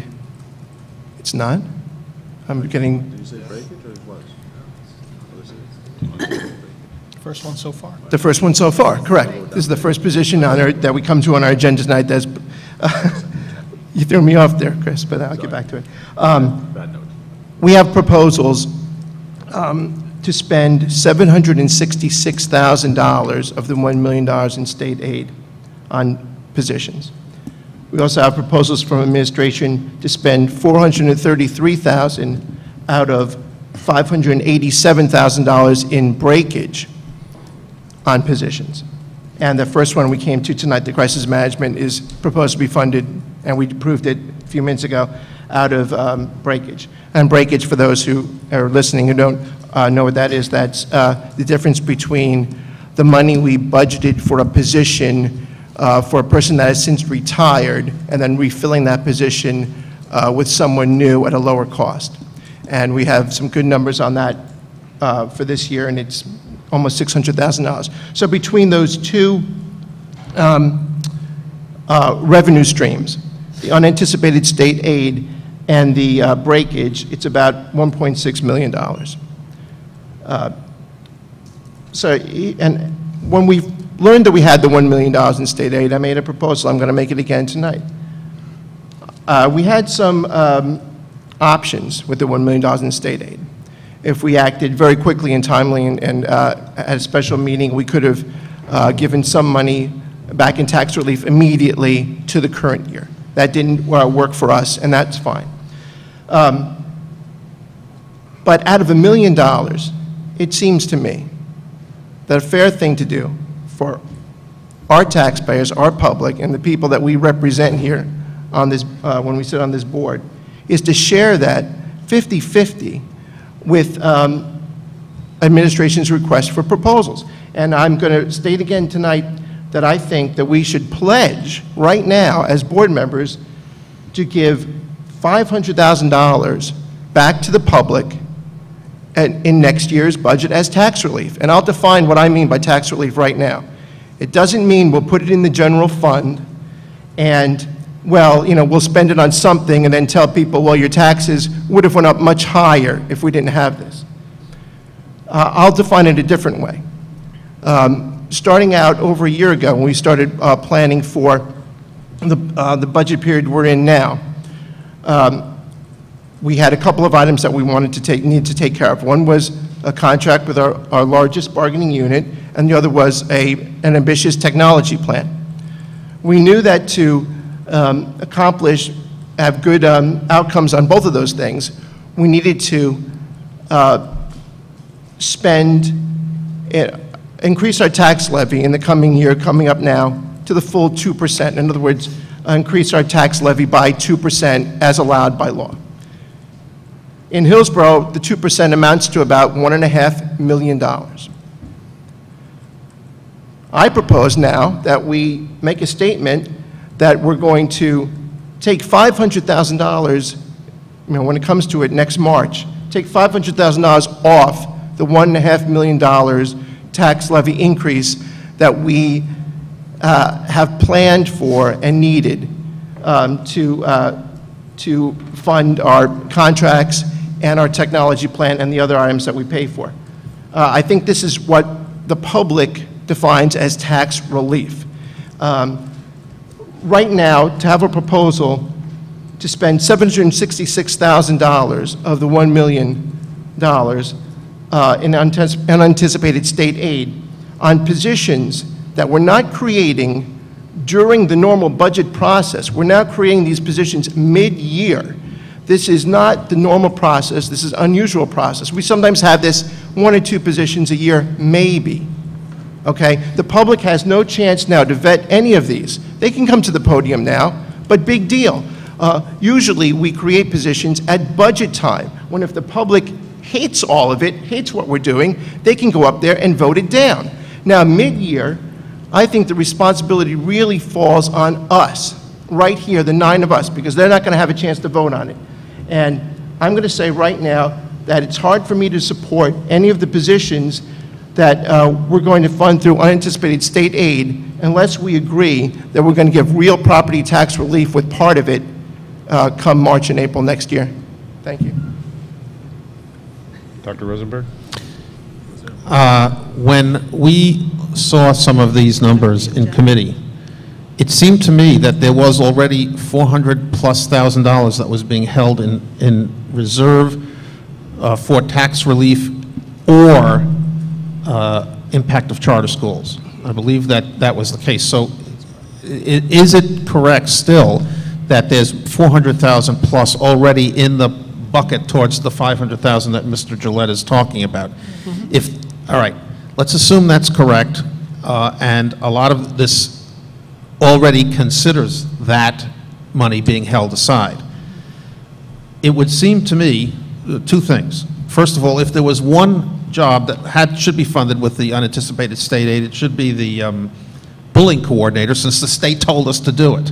It's an unfunded mandate. But secondly, if we're going to have a predefined amount of money to fund positions, then I think we need a debate about all the positions, relative value of one against the other.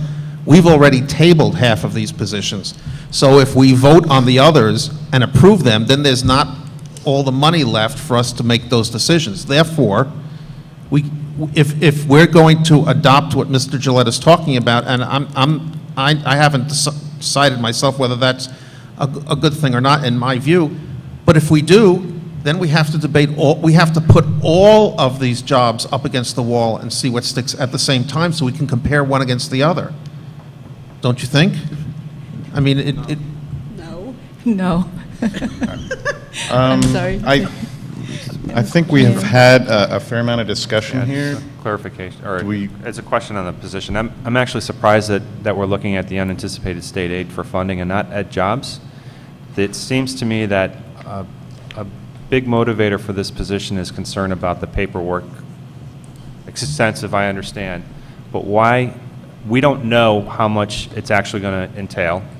There's a lot of work that the district does already with regard to anti-bullying. So to me, it makes sense that if it's going to get funded, that it be from ed jobs, and we assess at the end of the year how much work was it. Also, this law is probably going to change because this was an overreaction when the legislature wrote it. When they realize what the impact is, it'll probably get streamlined. So I'm trying to understand why we're looking at that particular source of funding for this position. Mrs. Lay, did you want to say something? Well, I think could we answer his question first, and then can someone answer his question? Well, I don't know if there's an answer. I could say that we would, whether it's from ed jobs or state aid, we would probably look at to see what it was like at the end of the year. I mean, whether it comes from one hand or the other. Mrs. Haley? My question is, we've only been in session with school for a few days. Is it possible to hold back a month and get data and see exactly how many complaints we're getting with regard to anti-bullying? Somebody in the job to field the complaints. We have no choice. The state has told us to do it. True. Mrs. Haas? May I? Because I'm going to anyway. Last year, we have student suspension reports. Last year, in the category of bullying, harassment, and intimidation, there were 15 cases that rose to a suspension. Therefore, there needs to be data that demonstrates how many cases of bullying, harassment, and intimidation took place that didn't rise to a suspension. And then we would have at least some handle on whether or not this position is necessary. I suggested before, all of our neighboring districts are somehow managing to do without the position. I think we should take a lesson to that. I think it's extremely important that bullying, harassment, and intimidation get dealt with properly. That's not the issue here. The issue is whether or not you need to hire somebody to do that, or can use somebody who has been doing it for the last God knows how many years in each of the schools to continue to do it at the new level, which requires a little bit more paperwork, and not go out and hire the position before you even see if there's a demand for it. I mean, I'm not in la-la land. I don't believe that, there's no bullying in the school district. I'm just saying that just because this law came into place does not necessarily mean that we have to hire up before we even know what the requirements are. And I am taking comparable districts surrounding us in Somerset County who presumably have the same demographic and the same, percentage amount, whatever, of bullying, harassment, and intimidation, and viewing their conservative attitude towards it, which is not to move ahead until you see that you need something. I think that's a good standard for all new creation of positions. That's it. All right. All right. So, is this position mandated by the state? It is mandated. Excuse me, the position is mandated or the function is mandated? Right, not funding for it. You can assign it to an existing person. The one thing that I would just suggest to the board, the definition of bullying has changed. It used to be that it was a pattern of behavior that had a power relationship between one child and another, or two individuals. It now can be a single incident. So one of the things that myself and other superintendents and other people that are considering this, the impact of this law, is all misbehavior bullying. And will that be something that we'll be investigating to the level that the law currently requires? And that's a concern. I don't disagree with Mrs. Haas. She's right on in terms of surrounding districts not choosing to give someone additional time in order to do this type of work.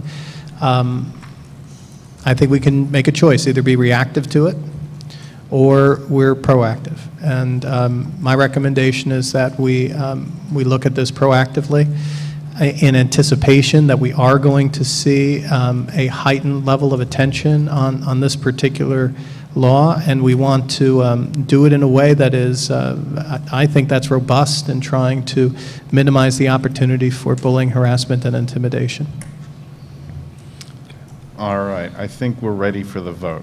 Roll call, Mr. Mahmood? Ms. Bogoshevsky? Yes. Mr. Gillette? No. Mrs. Haas? What are we voting on? B 1.5, which is B 1.5, the position we've been The discussing? single position? Yeah. No. Oh, no, I'm sorry. I totally apologize. I make a motion. Shall we start again? reconsider. Yes, please. I'll have to make a motion, we reconsider the vote, or whatever you're supposed Hang to do. on, we'll just Robert? start We'll just over. start We roll are call. voting Just start over? on the bullying, That's in Robert's anti-bullying coordinator resolution and job description, B 1.5. All right? And now roll call, Mr. Mahmood. Ms. Bogoshevsky? No. Mr. Gillette? No. Mrs. Haas? No. Mrs. Haley? No. Mr. Kintz? No. Mrs. Lay? Yes. Mr. Pulsifer? Abstain. Mr. Rosenberg? Abstain. And Mr. Paget? Yes. Motion fails. All right. The next motion is for elementary school teaching positions. There's 4 of them to be funded through ed jobs in the current year and in future years through state aid. All right, I need a motion for 1.6 So moved. and a second. So moved. You're seconding. Got it. Oh, I'm seconding? Yes. I'm sorry. And, all right, any discussion? Clarification on those positions, are they for world language or are they for oversized? The class size reduction Thank you. positions. Any discussion? I have a question. Mr. Gillette? Okay, you just mentioned world language. World language positions are not on this No. agenda either as creating, do we, and then my question, do we need to create those? We already have. What would we need to do? We would need to create the Okay. positions because they don't currently exist in our budget. But the Education Committee has not received yet the report from the Okay. task force detailing how those positions would be used. All right, just to follow up that, I support class reduction, so, I'm for this, but I'll just add on to what I said before. If you add in the ed jobs money, that's $2.5 million this year. We can't give $500,000 back to the taxpayer of 2.5 million people? Thank you. Excuse me. Maybe Dr. Rosenberg? try it another way. I thought that $400,000+ has already been reserved for taxpayer relief. I mean, I Yes, don't Mark, understand then what the pledge to question- use it for that. Don't pledge to use it for the charter school. Pledge to say we'll reduce some positions if the charter school Wait, comes let's just up. make, Gentlemen, I will call on you. You can respond to each other in polite tones. Dr. Rosenberg? I'm just trying to understand. There has been money set aside, $400-something thousand. I don't know what the exact number is, right? 420. $420,000, all right. Now, that's not 500,000, it was 420, and what you're saying is, Close enough. you're saying just pledge to use that for taxpayer relief. You're not saying pull out another $500,000. I'll ask you directly, what's your intention for the $420,000? Can you say now that you will take that off the top? In other words, 2% tax levy cap minus 420,000? It was my, it was my understanding that that money was held for only 2 purposes, taxpayer relief or the charter school issue. It's my understanding. Is that correct? And I like it hold for one purpose. well, we can, that's not what this, that's not the motion that's on the floor. I'm just trying to understand where this money's coming from. Because every time I hear it, first there's $1 million, then there's $1.6 million, then there's $2-point-something million. All of a sudden, we have all this money. It gets confusing, doesn't it? It is. Mrs. Haley? Can we just state for the public where the funding is coming from the position, because it's not on the public agenda? You said it. The positions are funded through ed jobs for this year. In the future, it'll be funded through state aid. The federal money. I'm confused because I'm looking at a different piece of paper that says that this is for the class size reduction, correct? It's, according to the paperwork I have, it's unanticipated state aid, not ed jobs. See the It's following. funded this year through the Ed Jobs grant. And remember, what's important with the Ed Jobs is that we wish to zero out that account through the positions that we have available. We're journaling 4 positions at this point into the Ed Jobs grant. Those are for class size reduction, but those positions may continue in subsequent years. So in order to fund those into future years, we need to find a funding stream in order to do that, and that would be the unanticipated state aid moving forward. Okay, thank you. All right, seeing no further discussion, roll call, Mr. Mahmood. Ms. Bogoshevsky? I'm sorry, I'll define this. 1.6. 1B 1.6, and elementary school Yes. teachers, 4 positions. Thank you. Mr. Gillette? Yes. Mrs. Haas? Yes. Mrs. Haley? Yes. Mr. Kinst? Yes. Mrs. Lay? Yes. Mr. Pulsifer? Yes. Mr. Rosenberg? Yes. Mr. Paget? Yes. Okay, this should be an easy one. This has already been approved by the board. We're just looking at the job descriptions for the response to intervention elementary teachers, 3 positions. I This need a is motion. funded through Ed Jobs. B So moved. 1.7, and a second. Second. Any discussion? No. I have to offer it. All right, seeing none, this is for the response to intervention elementary teachers job description, B 1.4. Roll call, Mr. Mahmood. Ms. 1.7. Bogoshevsky? Yes. Mr. Gillette? Yes. Mrs. Haas? Yes. Mrs. Haley? Yes. Mr. Kinst? Yes. Mrs. Lay? Yes. Mr. Pulsifer? Yes. Mr. Rosenberg? Yes. Mr. Paget? Yes. Last one is the community outreach coordinator to create the position as well as approve the job description. This is a 1-year funded position through breakage. In future years, the expectation is that the revenue that would be generated through this position, it would pay for their salary and benefits. I need a motion So moved. and a second. Second. Any discussion? Dr. Rosenberg.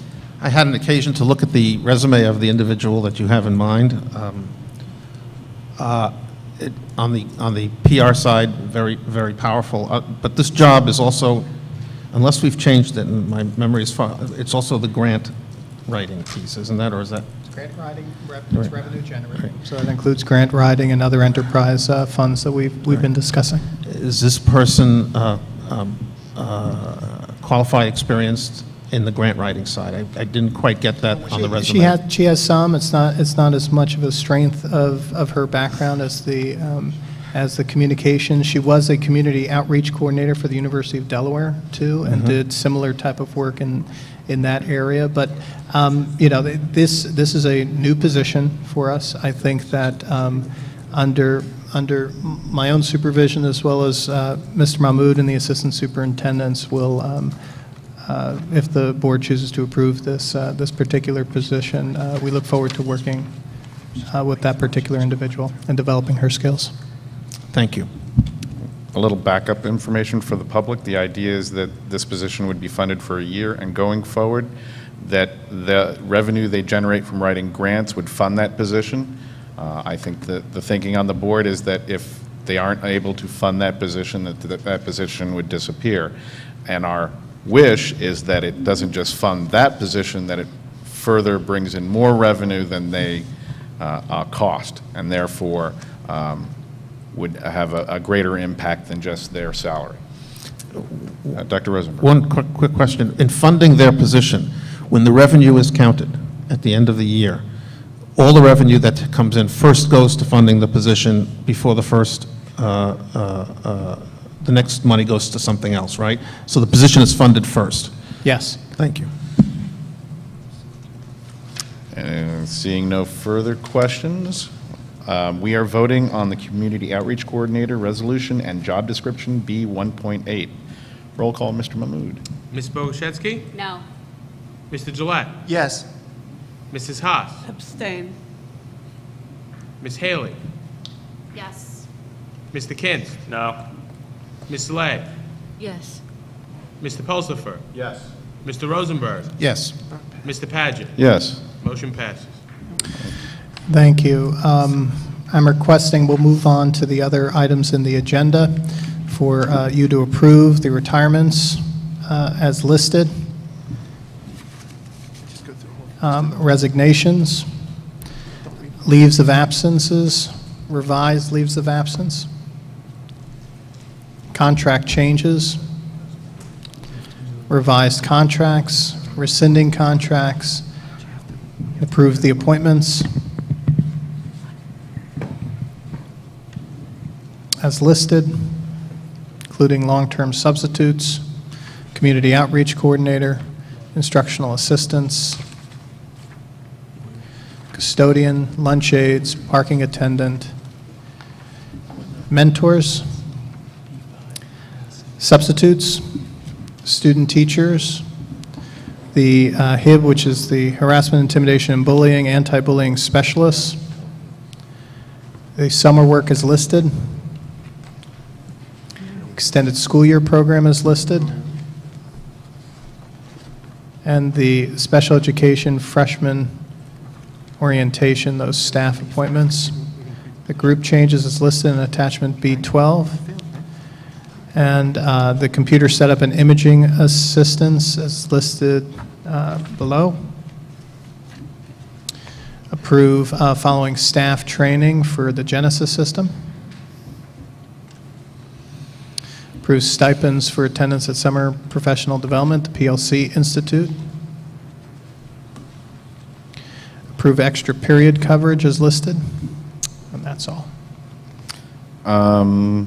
I will note that the last position in B5 is, I believe, off the table because we did not create that position. That is correct. We need to remove that from the agenda. Is that clear to everyone? All right, so I'll need a motion. So moved. What is it, B2 through to B16? Without B5 last name. And without the last name and B5. So moved, Mrs. Lay? Yeah. A second? Second. All right, discussion. No. All right, Mr. Kinst. This is section B9. The additional hours for the nurse's office, I'm assuming the curriculum writing is the same situation as before, or is that the not to exceed an additional 10 hours? I just get to it. Okay. B9 is what you're referring to, Mr. Kins? Yes, on page 8. Oh, mine's differently numbered. So first, the curriculum writing additional hours.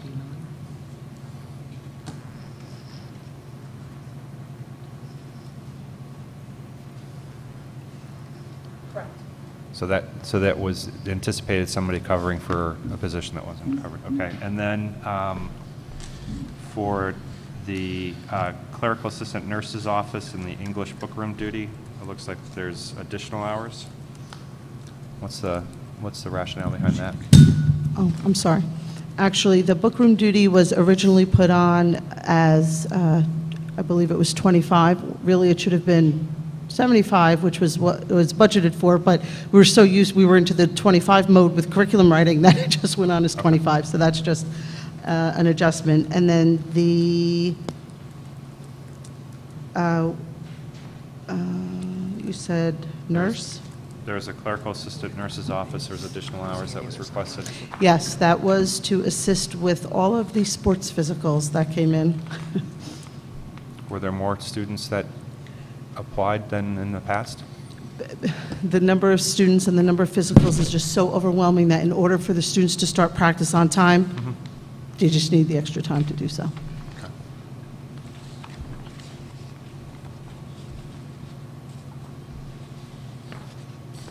Anything else?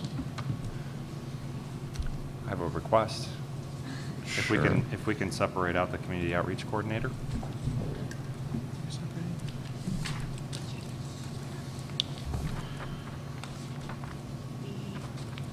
So Even though the position's been we've approved. created the I position. understand. Now we're just voting on the person. Yep, and the salary and everything else. Okay. I don't know. Do you have a number for me on that one? Where is it? It's B8. It is B8, page 5. Right above instructional assistance. Does that help?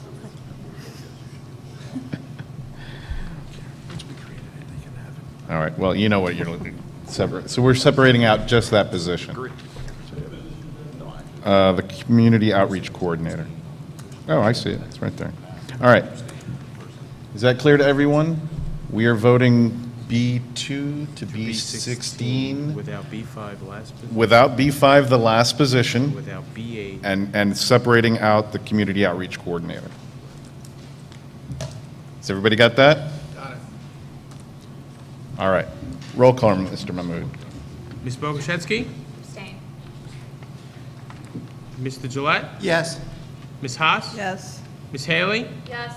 Mr. Kinst? Yes. Ms. Lay? Yes. Mr. Pulsifer? Yes. Mr. Rosenberg? Yes. Mr. Paget? Yes. And we are now voting on, I'll take a motion on the community outreach coordinator. So moved. And a second? Second. All right. Any further discussion? All right. Seeing none, roll call, Mr. Mahmood. Ms. Bogoshevsky? We're now voting on just the community outreach coordinator hiring of the position. So we have the position, now we're hiring the person. Mr. Gillette? Yes. Mrs. Haas? Abstain. Ms. Haley? Yes. Mr. Kinst? No.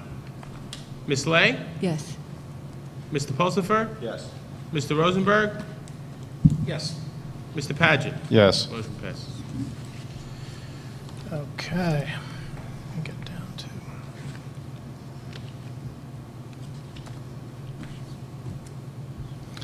Under the area of finance, I recommend that the board approve the following motions. Approve the awarding of transportation routes as listed. Approve the joint transportation agreement with Camden County ESC. Approve the line item transfers in attachments C3 and C31. That's all for that area. All right. I need a motion. So moved. And a second. Second. Second. Thank you. Any discussion? Mrs. Lay?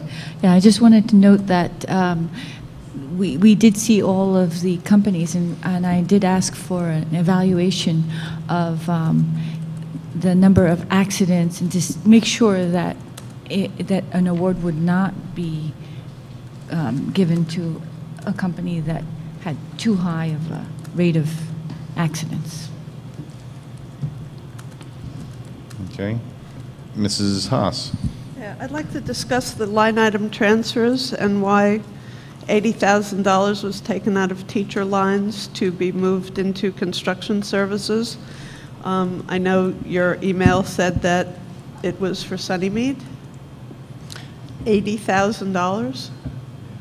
Yes, please. Yes, Mrs. Haas. We are working currently with the current vendor. They have completed, I would say, all of the work, but we would, and we asked the county and the board to approve additional funds. We don't know, and as you remember the last meeting, we talked about the age of Sunnymead and how now we're going to probe other areas and other sections of Sunnymead. Our fear is that one side of the building has gone in terms of the water problem or the leakage of the sewer line. So we're putting money into that line item to anticipate probing the other side of such an old building with the anticipation that hopefully that nothing is wrong, but we have to pay for it out of that account if we move forward. So how much have we spent already? The approximate cost right now with the vendor that we used for the emergent project was $60,000. 60? 60. Which is why you can't put money aside. Finds a way of getting itself spent. Mr. Kinst. In the transportation routes, for route cars 1WC, it said that it rejected the award to Barker Bus. And here it shows that Mercy was the lowest bidder. And I'm just curious as to why, either if it's a typo, why we rejected Mercy when we awarded a bid for cars 2. Yes, please. Mr. Kitts, the board, and that is a correction, the board would take the lowest bid in this case, which would be Mercy.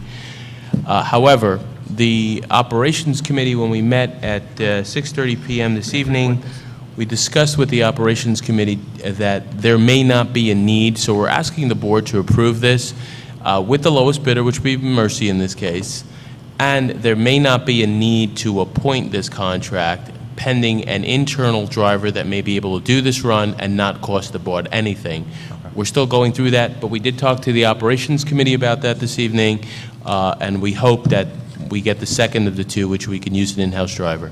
Okay, thank you for that clarification. Okay, so a correction to the C1 is that it would be, we're going to approve Mercy for CARS 1WC. Is that clear to everyone? Actually, if we award it, then they get it? So no. Do we want to table that? No. No. Would you like to? Ma'am? I would sign, Mr. Kintz, the contract. If the board awards it, after you award it, I would sign a contract. In this case, I would not authorize the contract because we would have done the run. We have no obligation, even if the board awards it, to actually enter into contract with this particular vendor. Thank you. All right, any further questions? It's all good. All right, seeing none, roll call Mr. Mahmood. Ms. Bogoshevsky? Yes. Mr. Gillette? Yes. Mrs. Haas? Yes. Ms. Haley? Yes. Mr. Kintz? Yes. Ms. Lay? Yes. Mr. Pulsifer? Yes. Mr. Rosenberg? Yes. Mr. Paget? Yes. I recommend to the board that the following administrative motions be approved. Motion to approve professional travel and related expenses is listed on attachment D1. Motion to approve overnight trips. To approve the shared service agreement between Somerset County Ed Services Commission and the Hillsborough Board of Ed. Motion to approve the revised meeting schedule. Please note that we will be canceling the meeting on a regular meeting scheduled for October 24th and replacing it with a meeting the prior Monday on October 17th. And to approve the shared service agreement between Somerset County Library Systems and the Hillsborough Township Public Schools. All right, I need a motion. So moved.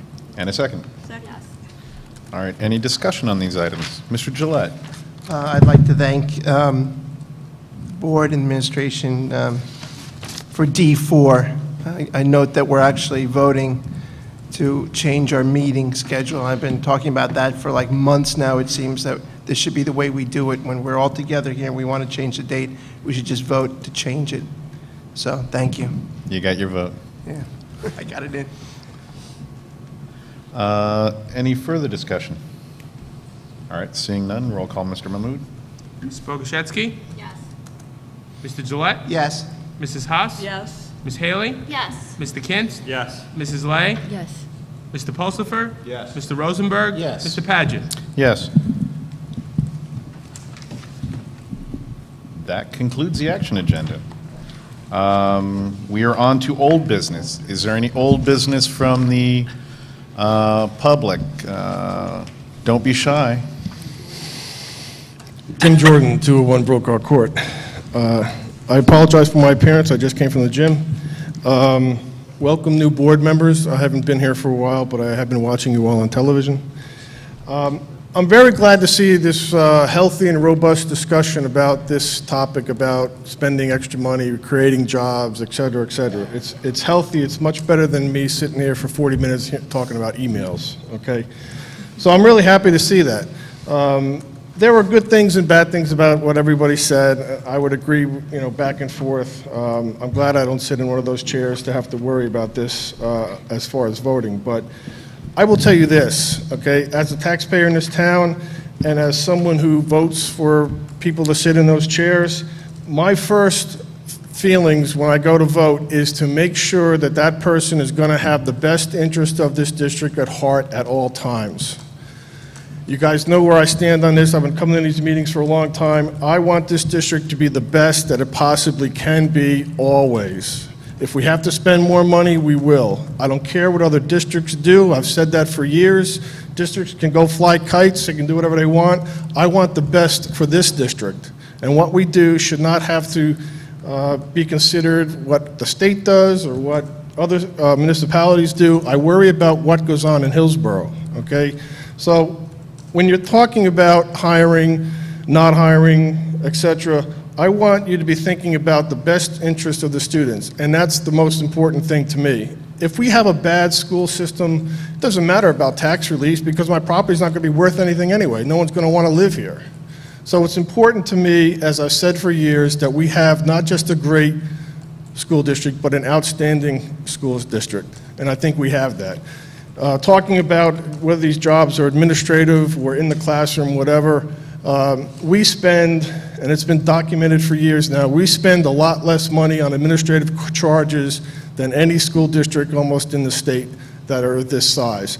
So I think we do a great job, and we have been doing a great job. But it disturbs me to think that this board can now, today, start guaranteeing the public some tax relief when we're not even down the road talking about budgets, and we're not talking about problems that, unforeseen things that come up. I think the governor has already stuck it in our eye enough for the last 2 years, where the teachers are getting paid less, we're getting less from the state. As far as the tax relief, I think we've taken it in the shorts long enough, and in the last 2 years, probably to the tune of about $8 million. So I don't necessarily am concerned about tax relief as I am about having an outstanding school district, and that's what I want, and that's what I vote for when I vote to have people sit in these chairs. As I said before, it's nice to see this robust conversation, but I don't want this to be a budget concern that we're thinking, oh, we have to provide tax relief. I think the governor has done that enough, and the teachers are getting less. They're paying more for the health care than we were before. They've made those adjustments, and those things will come out years as we move down the pike here. But I don't want that to be a consideration necessarily. If we have to hire these people, what I don't want to see is that we don't hire somebody and then we get sued for the tune of $20 million, and then forget the tax relief. We're all in trouble at that point. So those are concerns that you guys have to be thinking about. But again, as someone who votes and who is really thinking of the best interest of the students first, we have to educate these children whether we like it or not, and I like educating these children. I don't have anybody in the school district anymore, but I still want the best school district that we can possibly have, and that's what I would ask of this board, and that's what's important to me. My last note is that you talked about resignation, or I'm sorry, you talked about retirements. The individual that's listed on the retirement for this meeting is Tom Enos, an outstanding educator who's worked for this district for many years. He was a great supporter of special ed in this district. He always, always had the best interest of the children at heart at all times. I think he had done a great job in the time that he has been working for the school district. He will be missed. I would say to him, God bless that we had him here. I would say to him, fair winds and following seas, and Godspeed. Thank you. Thank you, Mr. Jordan. Any other old business from the public? All right, seeing none, is there any old business from the board?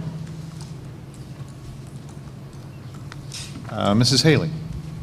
I'm not sure if this constitutes old business, but I just wanted to say that I attended the football game, our kickoff football game on Friday night. I know Dr. Schiff was there as well, so I wanted to wish Coach Carty, who's new to our program, and the team and all of our sports teams. And marching band. And marching band and our color guard, Steve. Good luck this year, and you know, good health and safety, and you know, hopefully the community will come out and support all of our programs. So thank you. Go Raiders. Thank you. I just had one comment. I guess it counts under old business with Mr. Gillette's challenge about tax relief. I wonder if he's thought about the year we had $5 million less in state aid. Would you then... That was one of the highest tax increase years in Hillsborough, and since I was on the board, probably the highest tax increase year.